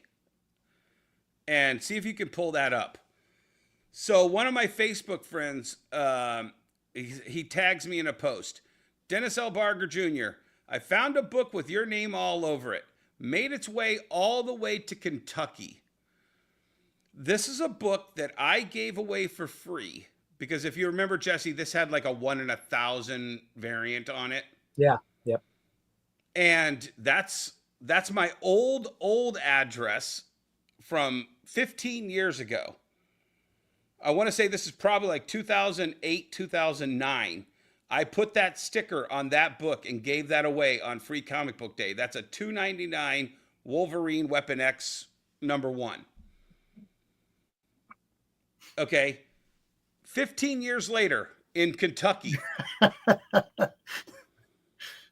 Yeah, exactly. You know why? And I'll tell you, we're going to talk about that right next, Cosmic One. That is why I do Free Comic Book Day. Because I get free comic books into the hands of people who will take that free comic around the world and will end up in Kentucky with my brand still on it 15 years later. Yeah. I think Red Hood can get that off. Oh, yeah. Yeah, exactly. Yeah, send it to him. Yeah, he'll press it afterwards. You know, it goes with the famous 1992 when Image Comics dude decided to start signing covers. That's when all this started, where blasphemy was no longer existing, right? Where we would say, you don't sign covers. That doesn't make sense. You sign the interiors. Now we put stickers on books. We put stamps on books. We put stars on books.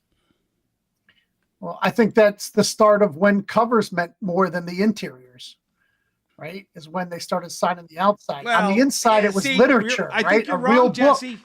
Jesse, Yep. I'm going to correct you. You're wrong again because the guy I'm right not wrong above again. you. How can you say I'm wrong again? When was because I I'm wrong going the to tell last you. time? I'm going to Tell me you. the last time I was wrong before you tell me why I was wrong this time. Tell me right now.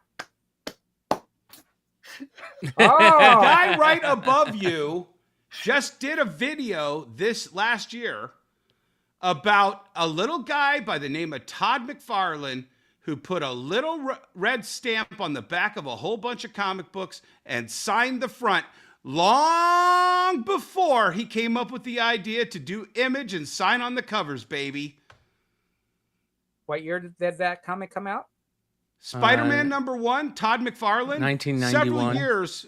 1980. 1991. 1991. Oh my gosh. 2 years. Holy The year cow, they before missed he it by walked out. 7 months. The year before he walked And out and started Image. Who was signing Image books? So if I say Image book and you say Todd McFarlane, it's the same thing. So it's 1991. So again, the whole point is in that era, right? That's when it became okay to put stuff on covers. It's okay to admit you're wrong, Jesse. Okay, I'm wrong by 7 months. I am wrong by 7 months. I apologize for being wrong for 7 months.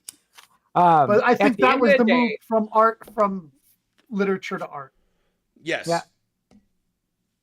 Yeah, I mean that was back in the day when Dennis still had an abacus on his table and was using sand to tell the time of the day so he could take his lunch break at noon. Anyways, everybody, that's how much it burns Jesse that I was right and he was wrong. I want to run through some of these comments about Free Comic Book Day real quick.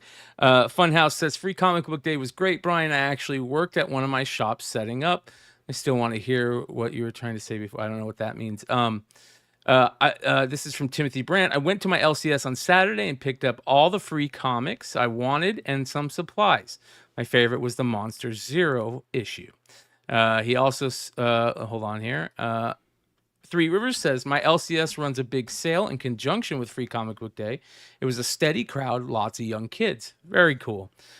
David says, my LCS allows each customer 2 free books, and then whatever they want on top of that is $1 per issue, for which the money is donated to a local charity. Oh, very cool. That's a wonderful idea. Yes. Yeah. Johnny Boy's Comics, aka Big Tuna, says Free Comic Book Day at my LCS. I got 3, and my wife got 3. Nice. Hey, Jesse, was it Jen that used to do the canned food drive along with Free Comic Book Day? Yep. Yeah. So she would give out X amount of comics, and if you brought canned food, you got an extra comic for each can you brought in. Yep. For a local charity. Very cool. Dave's collection says Forbidden Planet and NYC gave the people a 42 stack of comics and 25% off some items. Not all. Alex said Free Comic Book Day was a hit at my LCS. He ordered all books. Each person can grab one of each. Also 50% off all back issues. Chonko says, nah, it should be treated as a comic holiday. Drive people to the hobby, have sales, have guests, balloons, the works. David comes back and says, my LCS doesn't do back issues anymore. Hasn't for years. In fact, no stores in my cities does. We have a very large Facebook buy-sell group for that. Shout out to Regina Comics and Collectibles. And then finally, Dave says, Free Comic Book Day, no matter how small the turnout, helps the business that day. It brings much more traffic than usual. It's up to you to have what the people want for sale. Great comment. Yeah. Yeah. I am also very lucky that my city has a citywide yard sale the same day. So nice. Thousands of people come into the city.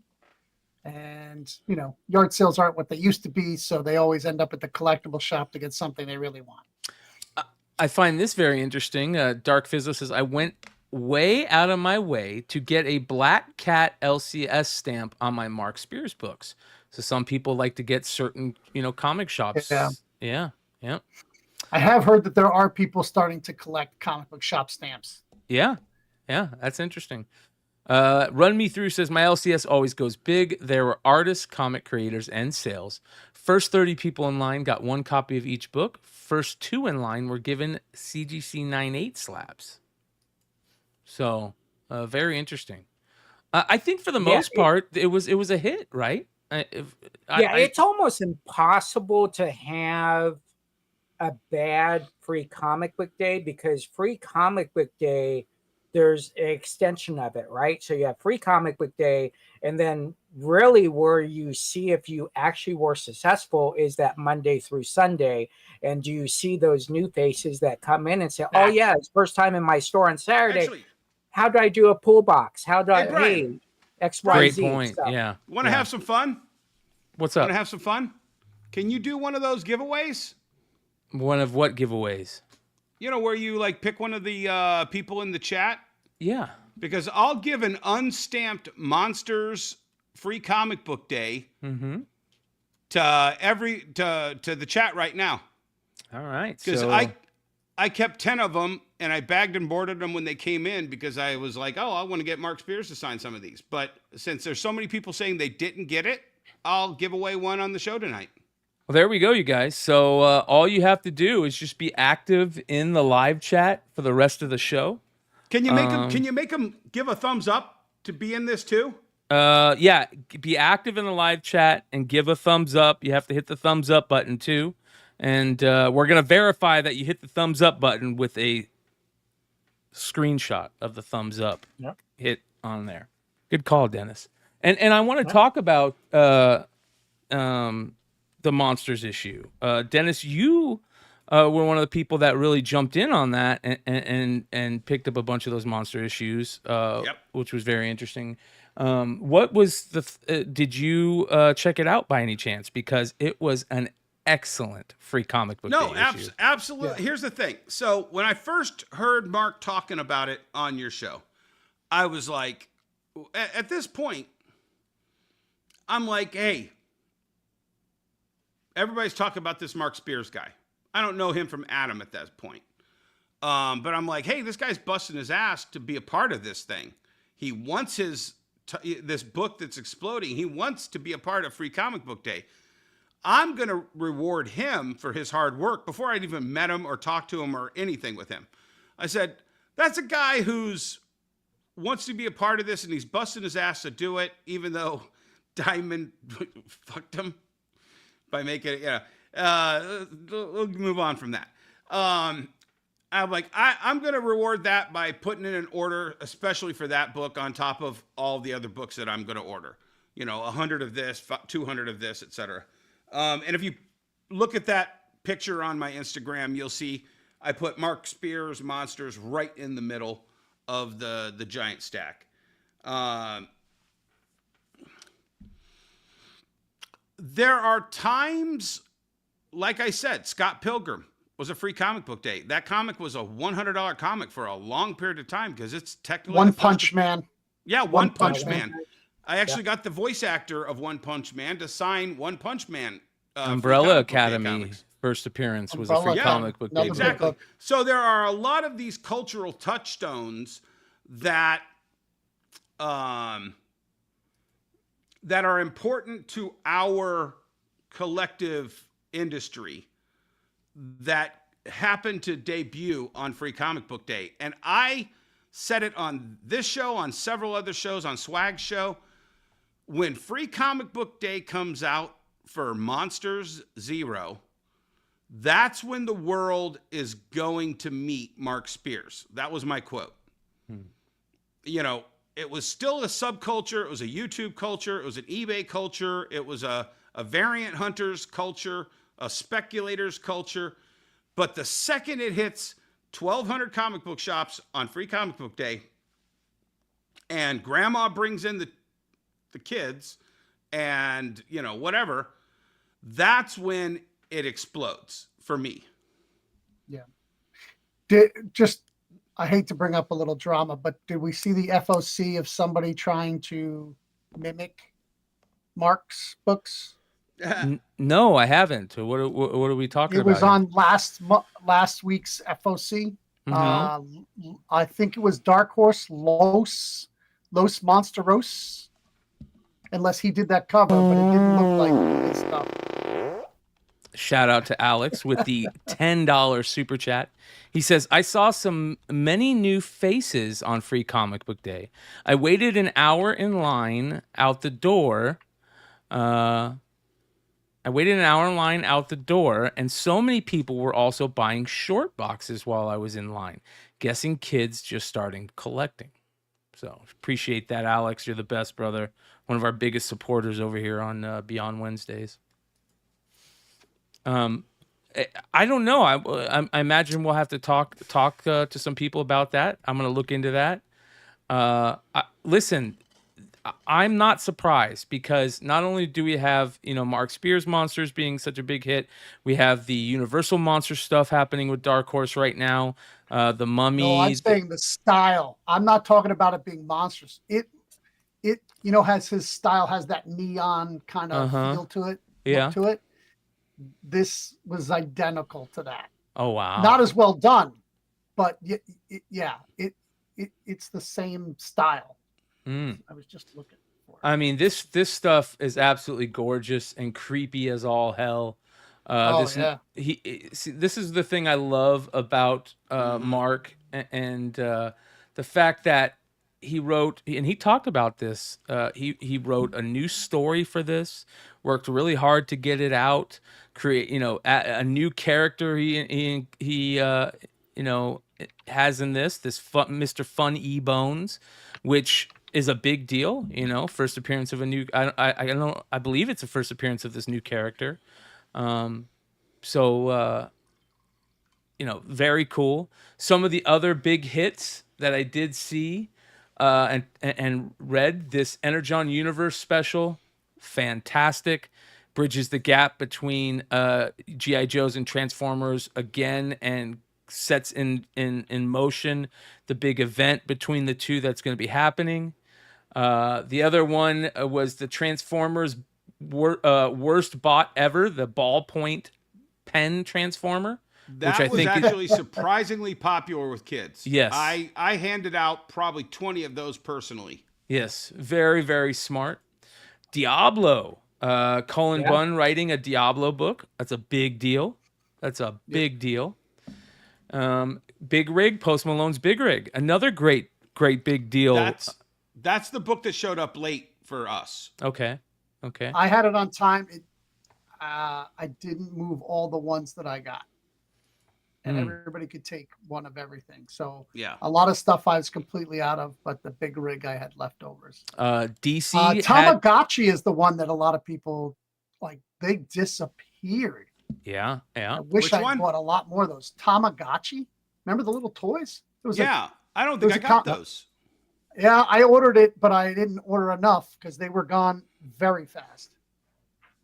And my buddy was like, "Oh, I went heavy on them. It's going to be a big seller." I'm like, "Damn it!" There was also the Boom Studios Conan the Barbarian. There was a Gargoyle series that I heard did very well. A Gargoyle book. Demona. Yep. I Hate Fairyland was another one. Scotty Young pushing that. The Fantastic Four. Appreciate that. Dropping. We have new members. Shout out to Dark Fizzo. Yep. There was Spider-Man books. Ultimate Universe Spider-Man. They had the All In for DC. The Boom Studios 20th anniversary issue. There was quite a few. The Minecraft book, right? Minecraft the manga. Oh yeah, that was a big one. There was surprisingly, I did not expect this because I thought that the debacle with Diamond and everything that happened, was going to cause a big mess up in this somehow. Well, thankfully, the very structured way that Diamond demanded free comic books forced all the publishers to have. Oh, we did get that one. I didn't see that was Tamagotchi. Okay. Mm-hmm. It demands that the publishers have all of it done by early January, which is by far, which is when they announced they were going bankrupt. So everybody had their books ready and in the system before that announcement. So that kind of made this one happen. Yeah.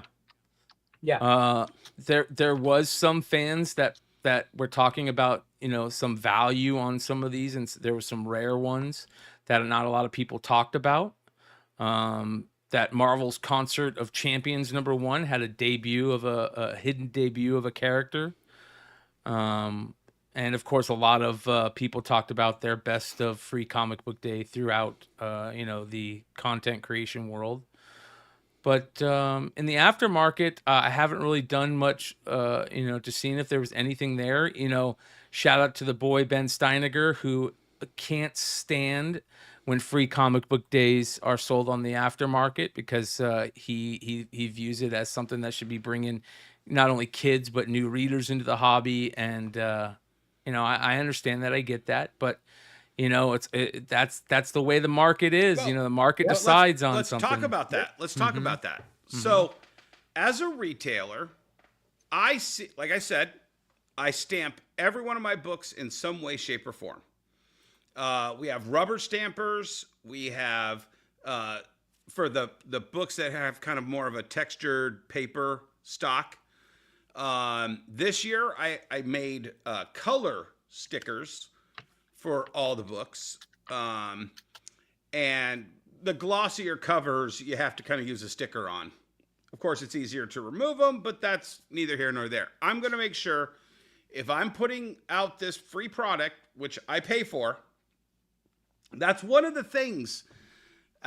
We've talked about it before on the show, but one of the things that people don't understand is every retailer that has ever given out a free comic book, it's only free to you. It's only free to you. It cost every retailer at least a quarter plus the shipping to get that free comic book to you. So if I'm going to pay a quarter and I want you to read this thing, and I don't want you to come up and try to get 5 of the hot book, go someplace where there's a lazy retailer who doesn't want to put a 3-cent sticker on it. Go find them and take all of their copies. My copies are for people who just want to read this thing, just want to get a free comic book. They don't mind that it has Wonder World Comics sticker on it. But with that being said, I also understand collectibles. And for every year, except for the last 3 years, because I just stopped doing it, I always bought 50 of each new comic for Free Comic Book Day and assembled bundles of unstamped 50 comics so that for my regular customers who were ultra collectors and had to have this, and if it becomes the $100 book like Six Gun or, any of those super popular, One Punch Man, when it becomes the hot book, you have an unstamped collectible in your collection. And all I required for this, it was like between 40 and 50 books. So I roughly had $25, let's just say $25 into this unstamped stack of books. You just had to buy $100 in the store for anything. If you were waiting to buy a statue, you get a free bundle. It was only for my customers who wanted that unstamped. If you were just a regular Joe off the street, hopefully you don't care that it's got a sticker on it. 15 years later, it might end up in Kentucky. Who knows? But does the value change if it has a sticker on it? So if you're doing the one punch, and it has a stamp on it, is yes, it worth it does. the same as a non-stamp? Yes, it does. A non-stamped issue will usually carry more value unless you're one of the people that is looking to get specific stamps from specific stores. Yeah. And honestly, I don't think, and I mean, Jesse, me, Emmet, a handful of other stores, who really cares about our brand enough to want to collect it? Except for our biggest fans, I guess. Yeah. No, I get that. Yeah, it's a very interesting thing. You have a lot of options. There's 50 plus books that you then buy. You're spending thousands of dollars, and believe it or not, at the end of a FCBD, you're going to have a stack of something that people you handed to, they came back and said, "Here you go, but you can go ahead and keep that one." Right? I've had it where people have, because we were giving 10 free books out, would come back on Sunday trying to resell them to me. Yeah. Right. I actually just bought a collection Monday, and at least 20 of the books in the 50 book stack were Free Comic Book Day comics, unstamped. Wherever they got them from, that store did not put stamps on them. And the lady was coming in to sell me this giant stack, and I'm just like, all right, I'm still going to give you the 25 cents a piece for the bulk, but yeah. Right. Yeah. There's a good question. I don't stamp. Go ahead. Yeah, I don't stamp my books because I'd have to pay somebody to stamp them all. Cheap bastard. Yeah. Yeah, but you're they not got better it. things to do. I'm definitely, that would cost me a fortune if I did it. Holy shit, my time is worth too much. Can you put up that question about Free Comic Book Day and how does a publisher make money? Run Me Through says, I know shops can potentially make money from sales and possible return customers from Comic Book Day. But how do publishers and distributors make money? I was told they lose money every year doing Free Comic Book Day. Real quick, I'm glad you brought that up, Jesse, because a perfect example of that is Bad Idea, who was one of the main books that was talked about to me from a lot of people that surprisingly said the book that they were asked about the most and that they sold the most of was the Bad Idea Zero issue that they put out. And this is a perfect example of a publisher, a new publisher that's working on a distribution model to retailers now. Showing up at a store, bringing their con setup to a store in Utah, the Nerd Store, and having a great event at the store. So perfect timing on that one. But go ahead, Jesse. What was I talking about? About the publisher, how a publisher... how the publisher makes money. Okay, so it's called this great term, a write-off, because a publisher makes nothing. A publisher would prefer to give it to the distributor for free. The problem is the distributor has to charge them and they have to have a value on that book. So 25%, 25 cents, 15 cents, 18 cents becomes that number so that the distributor can make money off of that. That's how they do it. But most publishers, if you talk to them, they would rather just do it for free. Right. It's the cost it's a dead cost. The only thing they're trying to do is to get eyes on that publishing label. That's the brand. That's all it's about. Right. Most publishers who are doing Free Comic Book Day, the second those comic books hit distribution, they're not even thinking about it anymore. They've kind of moved on. Bad Idea is an example of someone who says, no, we're going to kind of market with it. But most publishers are already on to the next week or the next month. It's a very interesting loss leader, though. How much money are you willing to lose to get a big bang in promotions?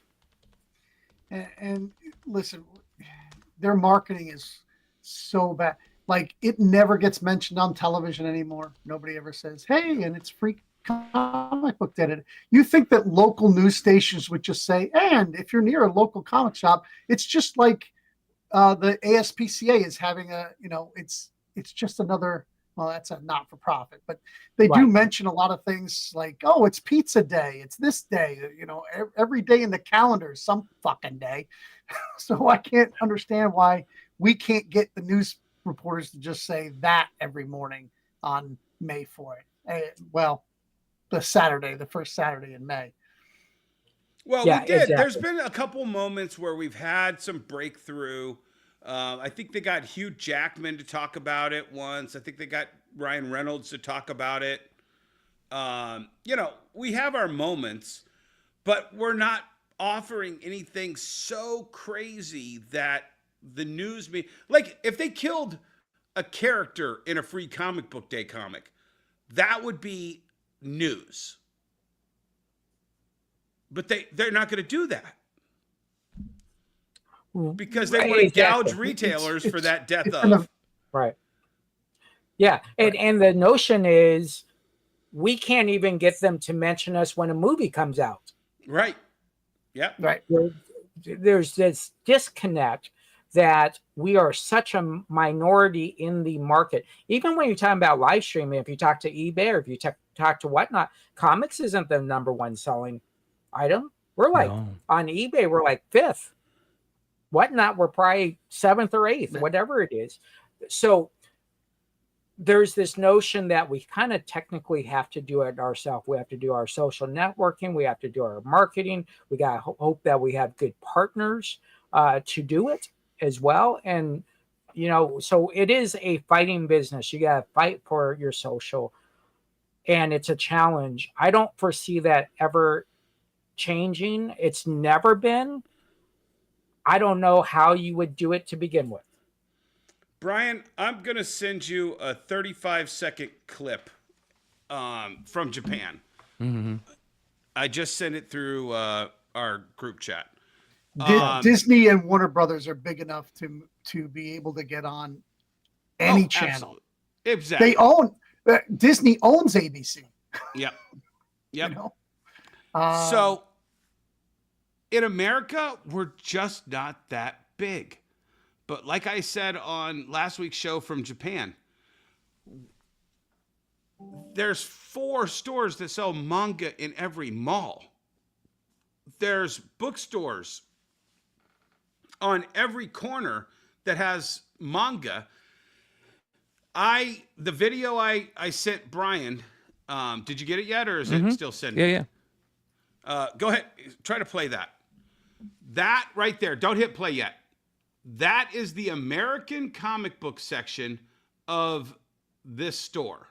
Now, Brian, go ahead and hit play so you can see how big this store is. This is just a comic store. It goes all manga all the way down there. All the way over here, you got some art books next to the comic books. You got some more.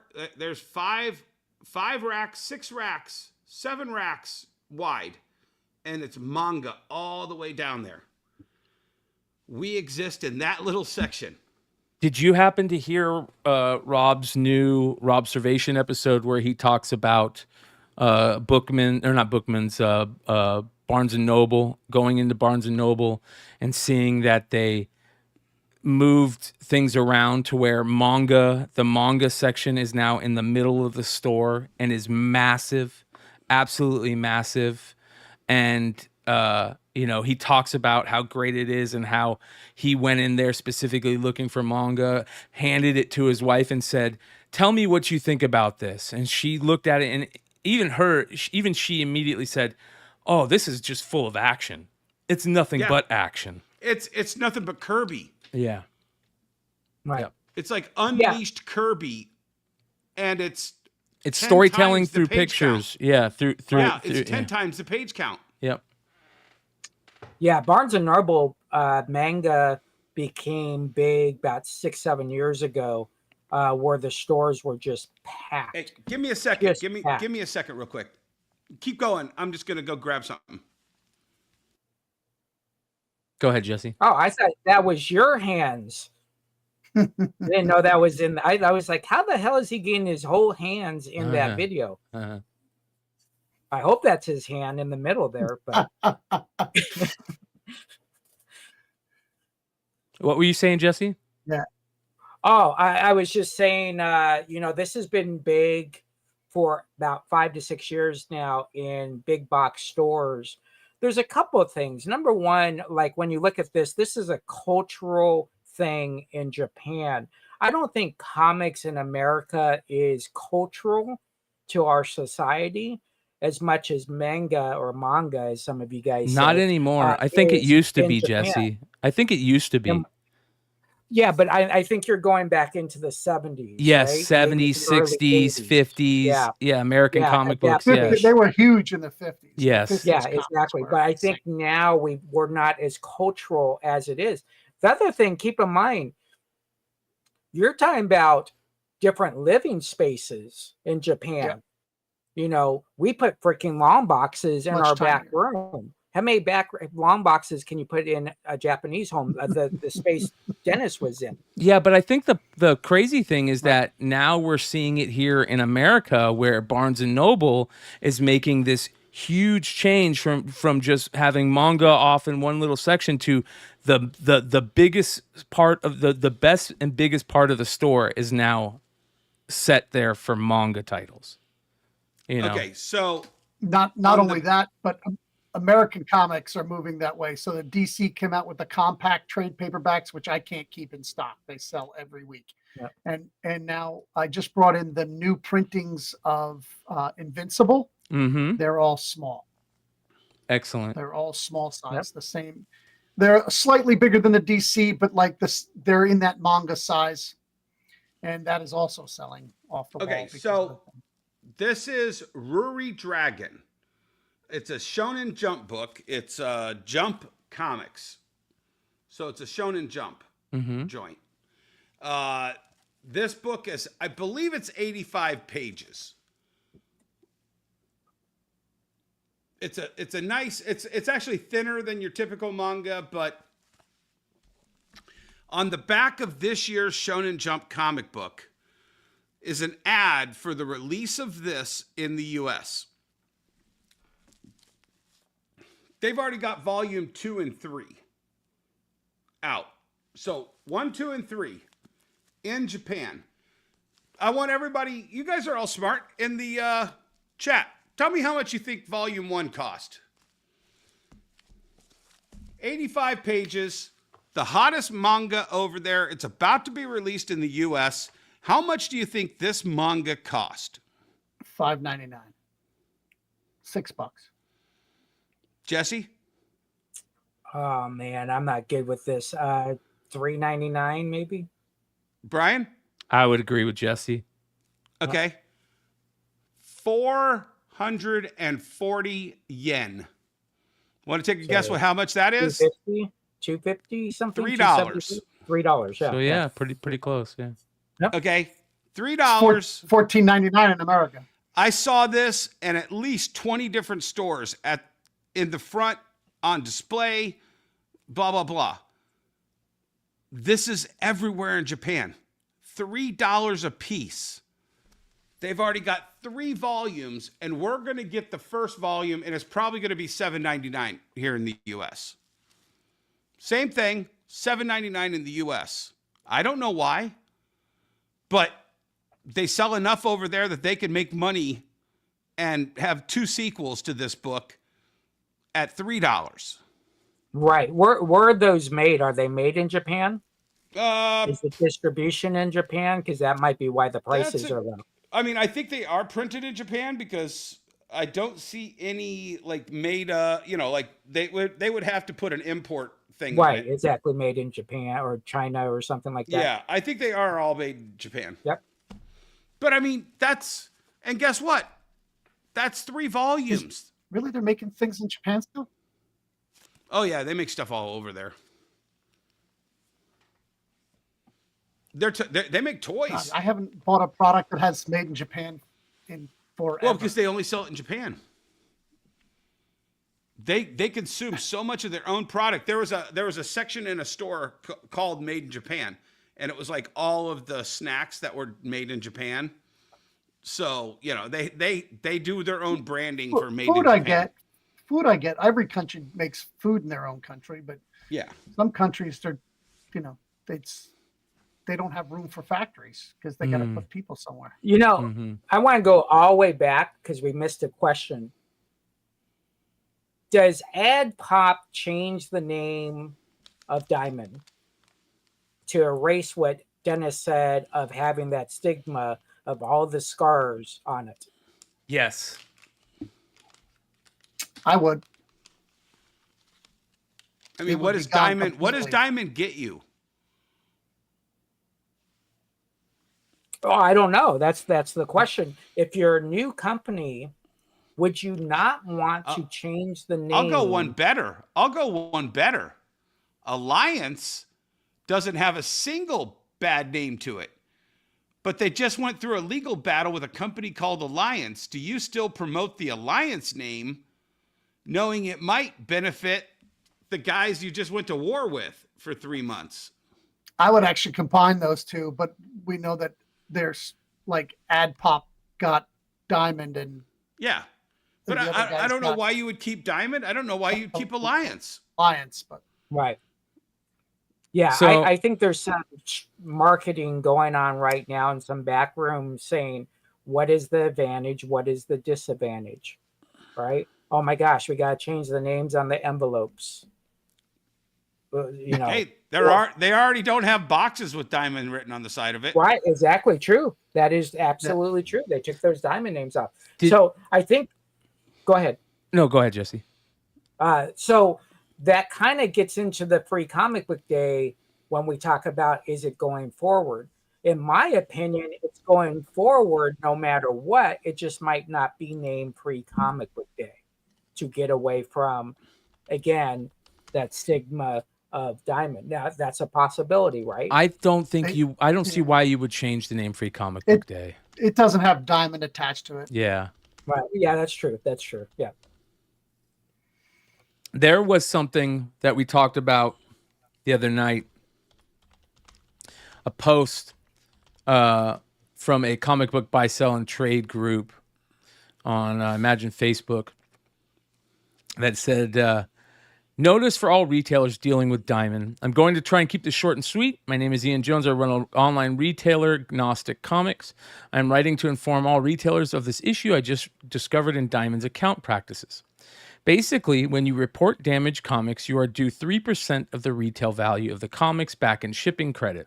But if you look at any of your invoices, that credit is never applied anywhere. It took me hours upon hours, phone calls, and documented proof to show Diamond they were basically stealing the money. They never applied the credit and then were charging me again 3% of the retail value of the comics to reship the replacements. So basically double paying shipping. Diamond says that they can only see what we see for invoices, which means they can only see 6 to 8 weeks back, like we can, which I know is a lie. Bullshit. Yeah. I suggest anyone dealing with Diamond immediately look at their invoices, and if you need help uncovering it, he says he will give help. He says, just on the 6 to 8 weeks, I can see on my account I was owed $200, so if you're a big retailer, this could be substantial theft. Diamond ran me around for weeks, and I discovered this has been going on since they switched the invoicing system at the beginning of the year.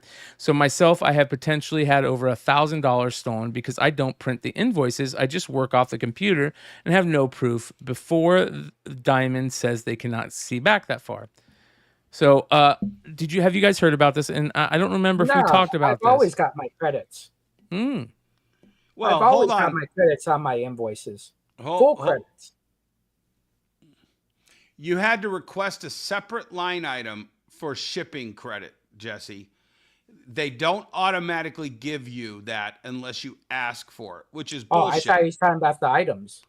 No. He's talking about the item. Damaged comics, but yeah. he's supposed to also get a shipping credit of 3% of the retail cost. Yes. So if you bought a $4 comic book for $2, you were supposed to get, and that one comic book showed up damaged. You get your $2 plus you're supposed to get another 12 cents shipping credit. You had to always request that. It was never automatic. Emmet, did you ever? Emmet, can you hear me? Emmet, you there? No, I just eat that shit. Yeah. Yeah. But I would always ask for the shipping credit, and most of my sales reps would always know, give it to him because he's going to bitch until he gets it. This has been an issue forever with Diamond.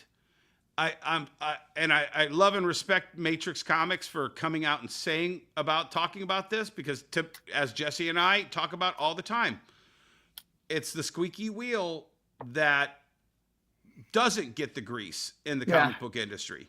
For me, it's not. I'm not a big enough dealer. Okay. Can you not hear me? No, we can hear you. You were breaking up there. Yeah. Okay. But what I'm saying is yeah, I'm not a big enough dealer. They stifled the voices of everybody who was. I mean, one of the few times that Hibbs and I got together and spoke up at a retailer summit was when we were asking for individual itemized UPS boxes so we could find out, hey, the one box that got damaged, it cost us $26. I want the whole $26 refunded if, blah, blah, blah, blah, blah. These are issues that add up. It's why we're complaining about them, especially if you were 10 years in the business, 15 years in the business. The second you get to a threshold of, I was a top 500 Marvel account, at one point. That was a substantial amount of money when they would hit a box. They didn't care because there was only me I'll bitching. have to look into that. That's very interesting. Hibbs that bitching. is very interesting. If you gentlemen, I don't know if you guys received your letter from, if you have any, if you think Diamond owes you anything, to put your claim in now. Did you receive those letters? I received it. 2. Here's the thing. Do I think Diamond owes me money? Fuck yeah, I do. I think they owe me at least 5 figures, if not 6, in emotional distress and everything else. Okay. Yeah. But what can I prove? What can I prove to a bankruptcy court? They lost an entire pallet of posters and then charged me for it and never refunded my money for like 3 months. You owe me interest on 3 months for a pallet worth of comics, and then you never gave me my BOGOs. Am I going to sue Diamond for $10,000 for that one lost pallet? No. Just move on.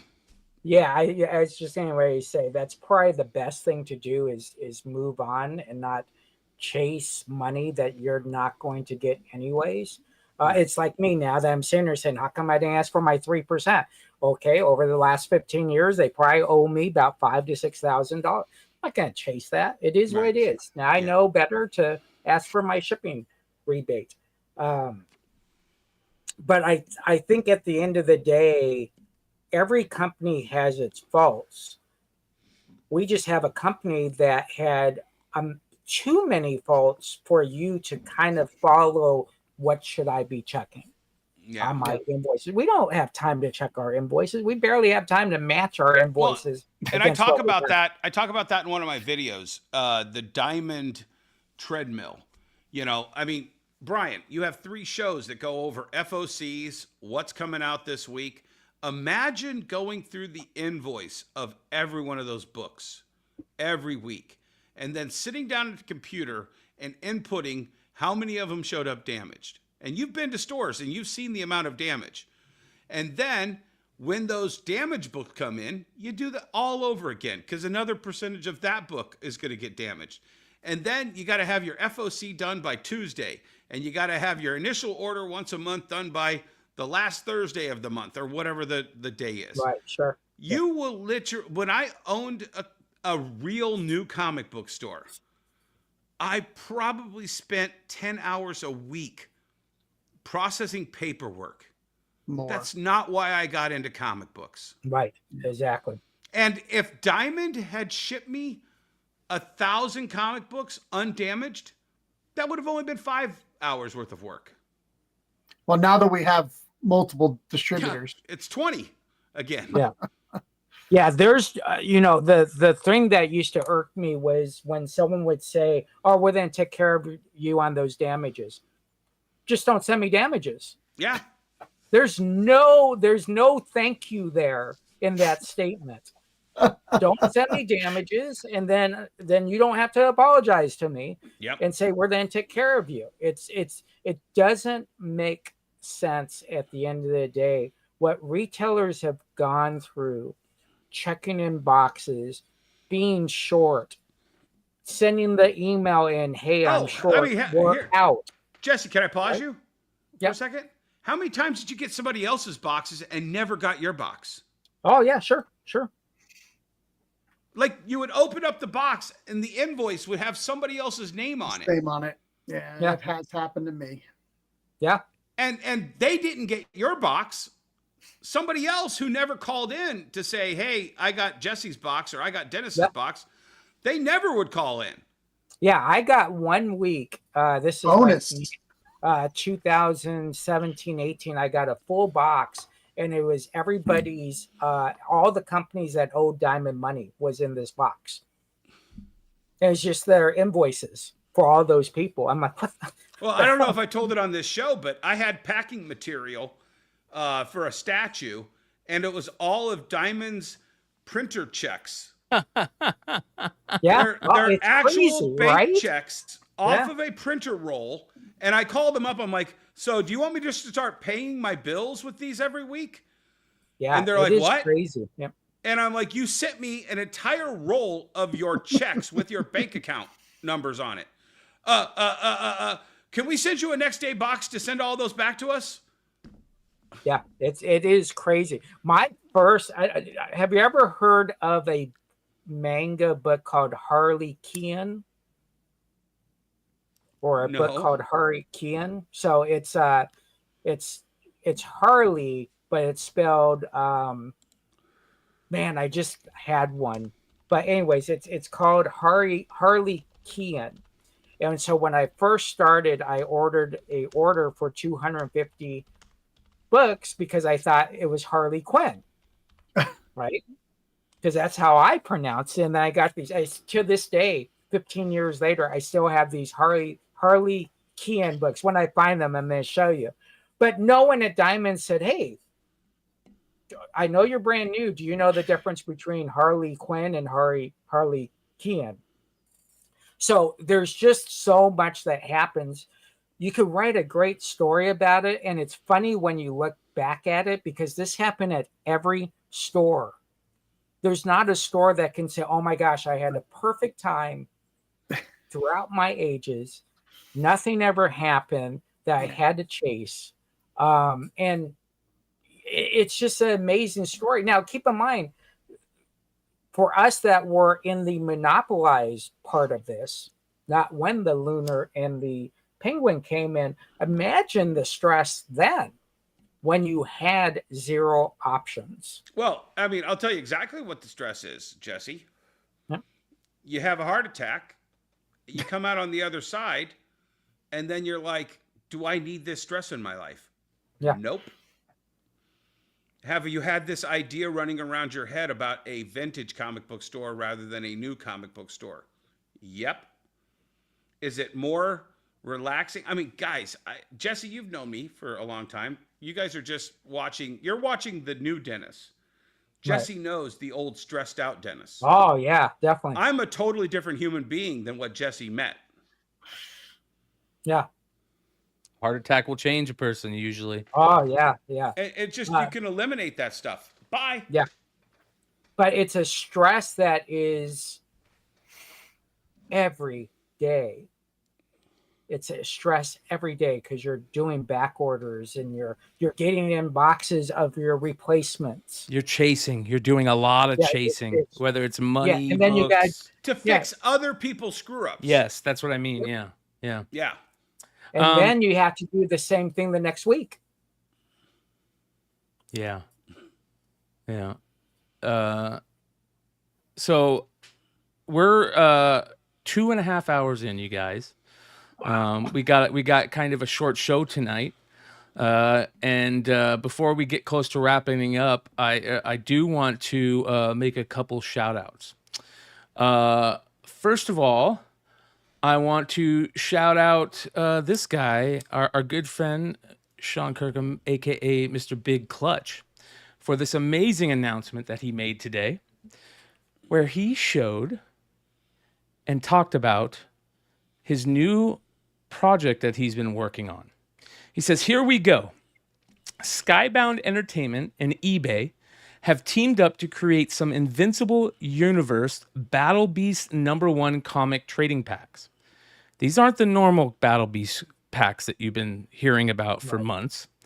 These will be 1,000 packs that will only be available from a select group of sellers on eBay Live. Each pack will contain 3 books. The first comic will be one of the Invincible Universe Battle Beast blind bag comics that has been sent out to all retailers, and you can get one of the books that's in there.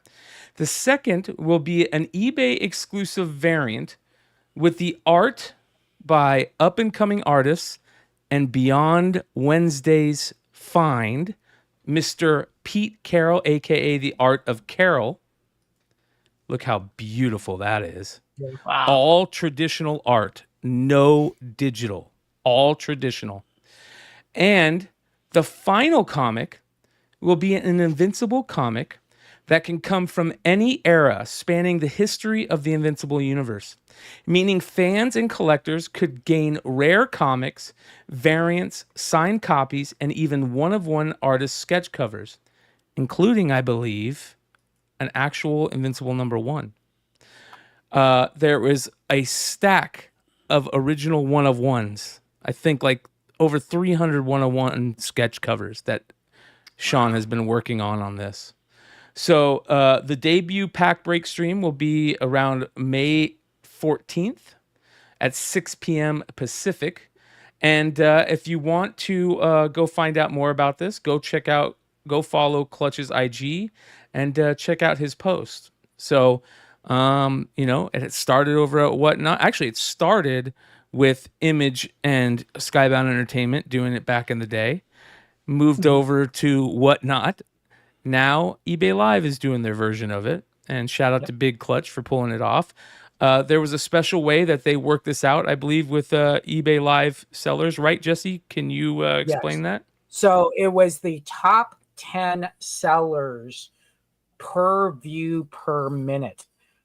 So that's how they justified it. So we ended up being one of the top 10. We had 86,000 minutes viewed in April. 86,000 minutes total. So that gets spread out now. In my case, it's a group of people, so everybody will get a percentage of them. And then what they also did was they decided at the end to say, hey, if you just sold that month, we're then give you 10 packs, whether you made the top 10 or not, just so that it's kind of even and everybody gets a chance to sell these. So this is going to be fun. It's going to be very interesting. Yes, they want to make it fair, but it's a great way to engage your sellers to go out and sell and perform, to try to be in that top 10 or that top 20 or whatever they're making the marks at. So good on Clutch, good on Skybound, good on eBay. We'll see how this works, how it goes. It starts 14th through the 17th are the big push days. Everybody will get pushes as well on that. I don't know if there's a time frame that you can sell them through. I know sometimes you can only sell these packs during a certain amount of time. I did not see that, so I'll have to do some research on that. But yeah, this is great. They got shipped to us on last Friday. So what do you think those packs are going to go for? Well, here's the thing about them. Let me tell you something that I know. They're going to pop off, man. So here's something amazing. Art of Carol, aka Pete Carroll, is going to be one of the biggest comic book artists in the game here in the next 2 years. The first comic this is the first cover he's ever worked on. It is the second cover to be produced. He did an Exquisite Corpses variant with Clutch. He is absolutely amazing, a traditional artist, all traditional, fantastic artist. And that pushes a big part of that. So you're going to be able to either get a trade dress, a virgin, or a foil version of the Pete Carroll book in this. The other book will be a random book from the blind bags, Battle Beast blind bags, which could be a 1 in 1,000, a 1 in 250, a 1 in 100. You can get those in there. And then the third book, like he said, is going to span across all of Invincible and includes books like, how about a number 1? How about second printings and rare, autographed books that are hundreds plus dollars themselves raw? Yeah. And sketch covers that are... Can you go back to Invincible Returns? Yeah. Darwin Cook. Oh, no. Okay. I have the original art for the... basically, he's also going to have, I think there's like 250 or something, one-of-one sketch covers that he's been having artists work on, including some of the biggest artists in the game, all doing Battle Beast sketches on super rare Invincible sketch covers. The sketch covers in the Invincible run are some of the rarest sketch covers out there and sell for up to $200 to $400 without anything on them. Add a one-of-one sketch on 500 minimum. I don't know, man. It's going to be very interesting. You remember when Clutch had that first Tyler Kirkham Invincible whatnot drop? Yep. And it was he had a bingo card, and if you won, you got to pick a number, and then he'd open up the bag, and those were going for $400 to $600. And that was before the Invincible TV show hype. Yeah. Yeah, I would look at the 14th and see how it's done by the first 5 people. If they're opening up the bag live and saying, "Here's what I got." This It's is going to take. the art of Carol, by the way, the artist that I'm It's telling you going to take. about. Yeah, I remember 3 when to. you showed him that Skeletor Yep. Yeah, it's going to and take his about 3 to Beastman. 5 days to hit the customer. Then you got the resellers. So I don't know if you want to be that guy really selling the first day or not. You might want to hold on to your packs, let the market set, and then it just takes one to hit big numbers and then do it. So we'll see. But yeah, it's a very interesting thing. As eBay evolves, so does its sellers. So it'll be interesting, and so does the buyers, right? The buyers will evolve at the same time.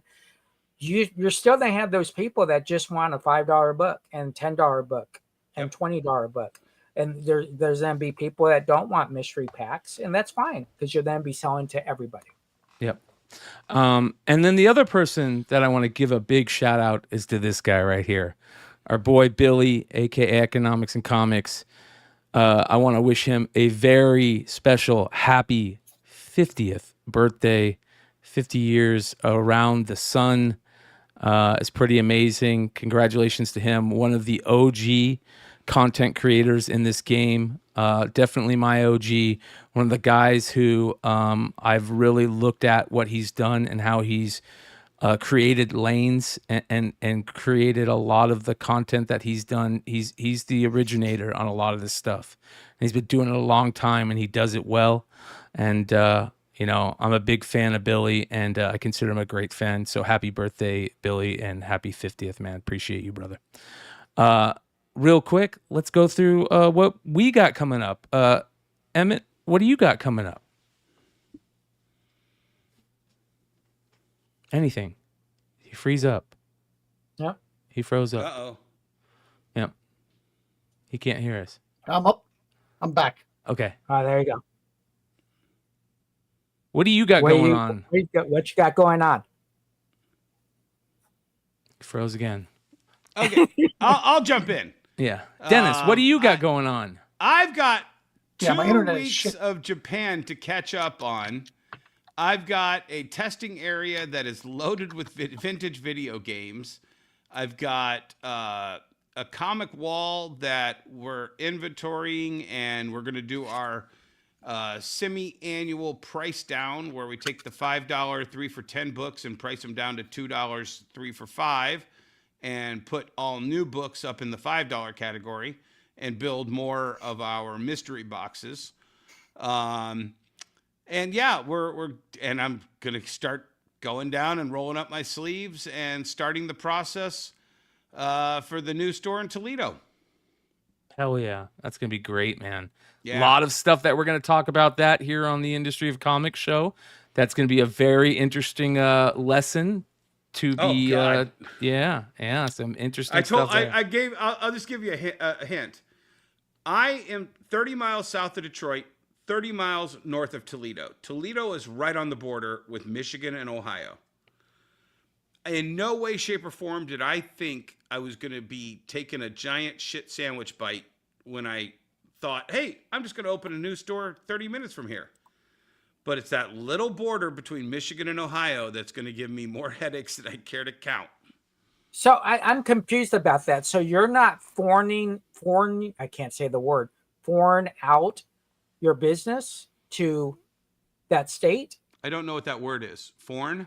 Yeah. You should be able to foreign out all your information into that state. No. So I have a tax ID number. However, all of my business certificates are in Michigan and Michigan only. So I have a tax ID number for the U.S., a U.S. tax ID number. Right, yeah. I have all my DBAs exist in Michigan. All of my business certificates are in Michigan. Okay. I have to have new ones for Ohio. My lawyer that I've worked with for 15 years, he doesn't operate in Ohio. Yes, I have to have an Ohio lawyer. My insurance company isn't bonded in Ohio. they're bonded in Michigan, so I have to get a new insurance company in Ohio. Once again, I love the movie Back to School, Rodney Dangerfield, and he's sitting in that business class, and they start talking about making a widget, and he's like, "Oh, you're missing a whole bunch of things." I thought I knew all the things, and then in the last 2 months, I'm like, "Fuck, I don't know shit." All right, Emmet, go ahead. What you got going on? I looked at to buy a really big building, and it'd been empty for 10 years, and it got into contract the week I went to look at it. So store won't be moving, so the idea may be to open a second store instead of moving to a larger location. It's finding the right people to run it. That's what it's always about, finding the right people. Other than that, not too much going on. A lot of medical stuff. I got a lot of in and out of the doctor's office and stuff, but they can't kill me. They've tried for a long time. Well, good luck with that, Emmet. Thanks. Yeah, we wish you well on that. So I was just notified I am up for my 13th Eisner Award. So I just got that email just before the store, or before the show. So I'm excited about that, especially since my store wasn't the whole year. But they said, nope, you were nominated, put in the paperwork. So we're very excited about that. I have a lease in front of me. The problem is we're doing so much business on live streaming. I'm like, why would I want a store? So I'm stuck in that zone right now. Obviously, the number one reason to open up a comic book or a collectible store is to buy product. Yeah. So, but because I go to so many garage sales and estate sales, swap meets across the nation, across different states and all that, does that equal that? So that's why I've kind of got going on in my life. But I did find a store that still had these in stock. They had 20 copies. I picked all 20 copies up. The Mark Spears Red Sonja. They just came out last week. Yeah, exactly. And they were just sitting there. I'm like, how many copies did you order? And he's like, 20. And I'm like, how many copies are there? He's like, 19. And can you put that up on the big screen so people can see what the cover looks like? There you go. That's awesome. Yeah, that is an awesome, awesome cover. He only sold 1 copy in a week. So I'm like, I'll take those 19 copies. Some people, I don't want to get into that. Anyways, so got 19 copies there. He was the gentleman that had 50 copies of The Return. So I bought all those from him. Not every store is acclimated to what's hot today. so I think he was still trying to push whatever, New Mutants 98s or something. But great times, having fun on live streaming, going out, buying a ton of stuff, having fun, learning about new collectibles out there as well has been very cool. Learning Disney and records and all that stuff. Heck yeah. Oh, Brian, I sent in the private chat that issue of that comic. It's I went and looked at it. Cover A. Yeah, I went and looked at it. It didn't look anything like Mark. I might be... nothing like it? Yeah, let me go ahead and pull it up. Let's take a look here.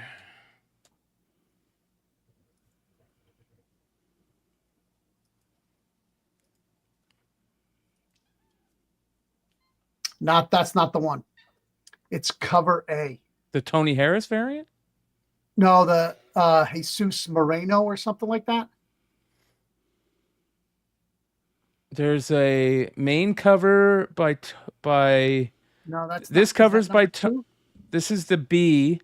That's number 1. It's issue 2. Oh, issue 2. Okay. There it is. That one right there. A little bit. It's not as good. Yeah, it's definitely not as good. But look at the style that they're trying to. What do a quick question to you guys, to you 3 guys? Where do you think horror sits as far as genre in comics? Number 2 or 3 right now. Yeah, I'd say 2. Yeah, maybe even 1. Capes are always 1. Yeah, I think capes or superheroes are number 1. Horror's number 2. I sell more horror books than Cape books, but that's only me. Right. So you don't think cheesecake is number one? Mm-mm. You still think Capes is? I think cheesecake always sells. It always sells. There's not enough of it though compared to not horror enough and of it. capes. Yeah. Yeah. Right. Yeah. There's not enough of it for sure. Yeah. So, If and Zenescope- horror has if been Zenescope- the biggest selling, or not the biggest selling. It's been the darling of the dance for the last 3 years with the Ice Cream Man. Yeah, Ice Cream Man, Ha Ha, all the anthology series, the new EC, Creep Show, Monsters, Red Room. Yeah, it's just been the anthology horror series is like the new thing that everybody was going after for a while there. Yeah. So what you got coming up, Brian?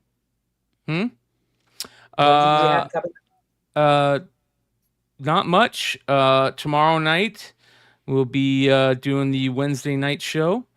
So come hang out with us at 10 p.m. Eastern for that show.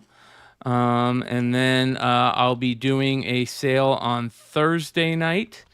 And then I'll be doing another show with House of Stein on Friday. Saturday night, Modern Comic Mayhem. Sunday night, an eBay live sale. And then, do it again all the next week. So if are we going to do the drawing live? We are going to do it right before we end the show, which is right now. I'm just letting everybody know. Here we go. Congratulations to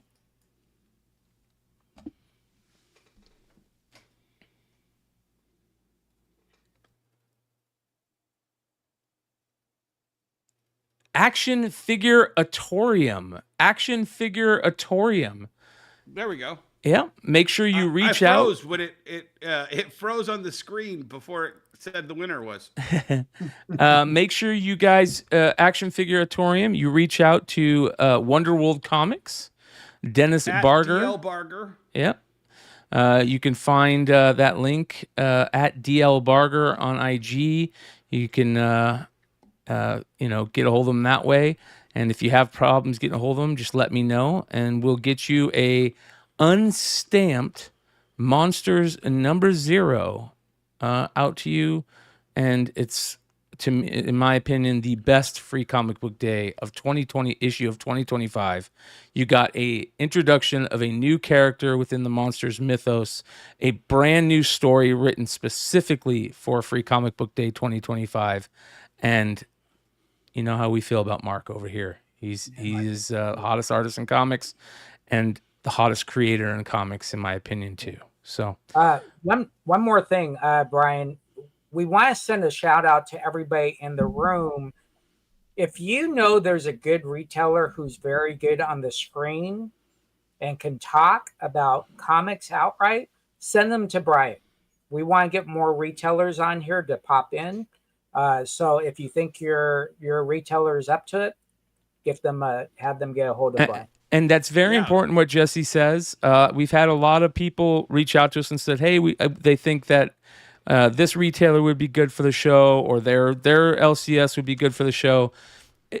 It might sound a little bougie of us, but it really makes a difference if that person has a setup that I don't have to fight echo or that type of stuff. So, and if they've done this before and they're able to have a conversation, that's going to last an hour or two.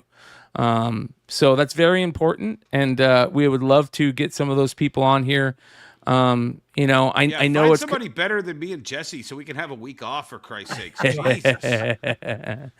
So if your for all the people that have reached out to me about wanting their LCS guys on, if your LCS guy fits that thing where you think that they can have a decent conversation with us, and they have a setup and maybe have done this before, that's the Goldilocks zone we want to hit. I'll tell you this right now. You might think that you want to see your retailer, your LCS or your favorite retailer on here.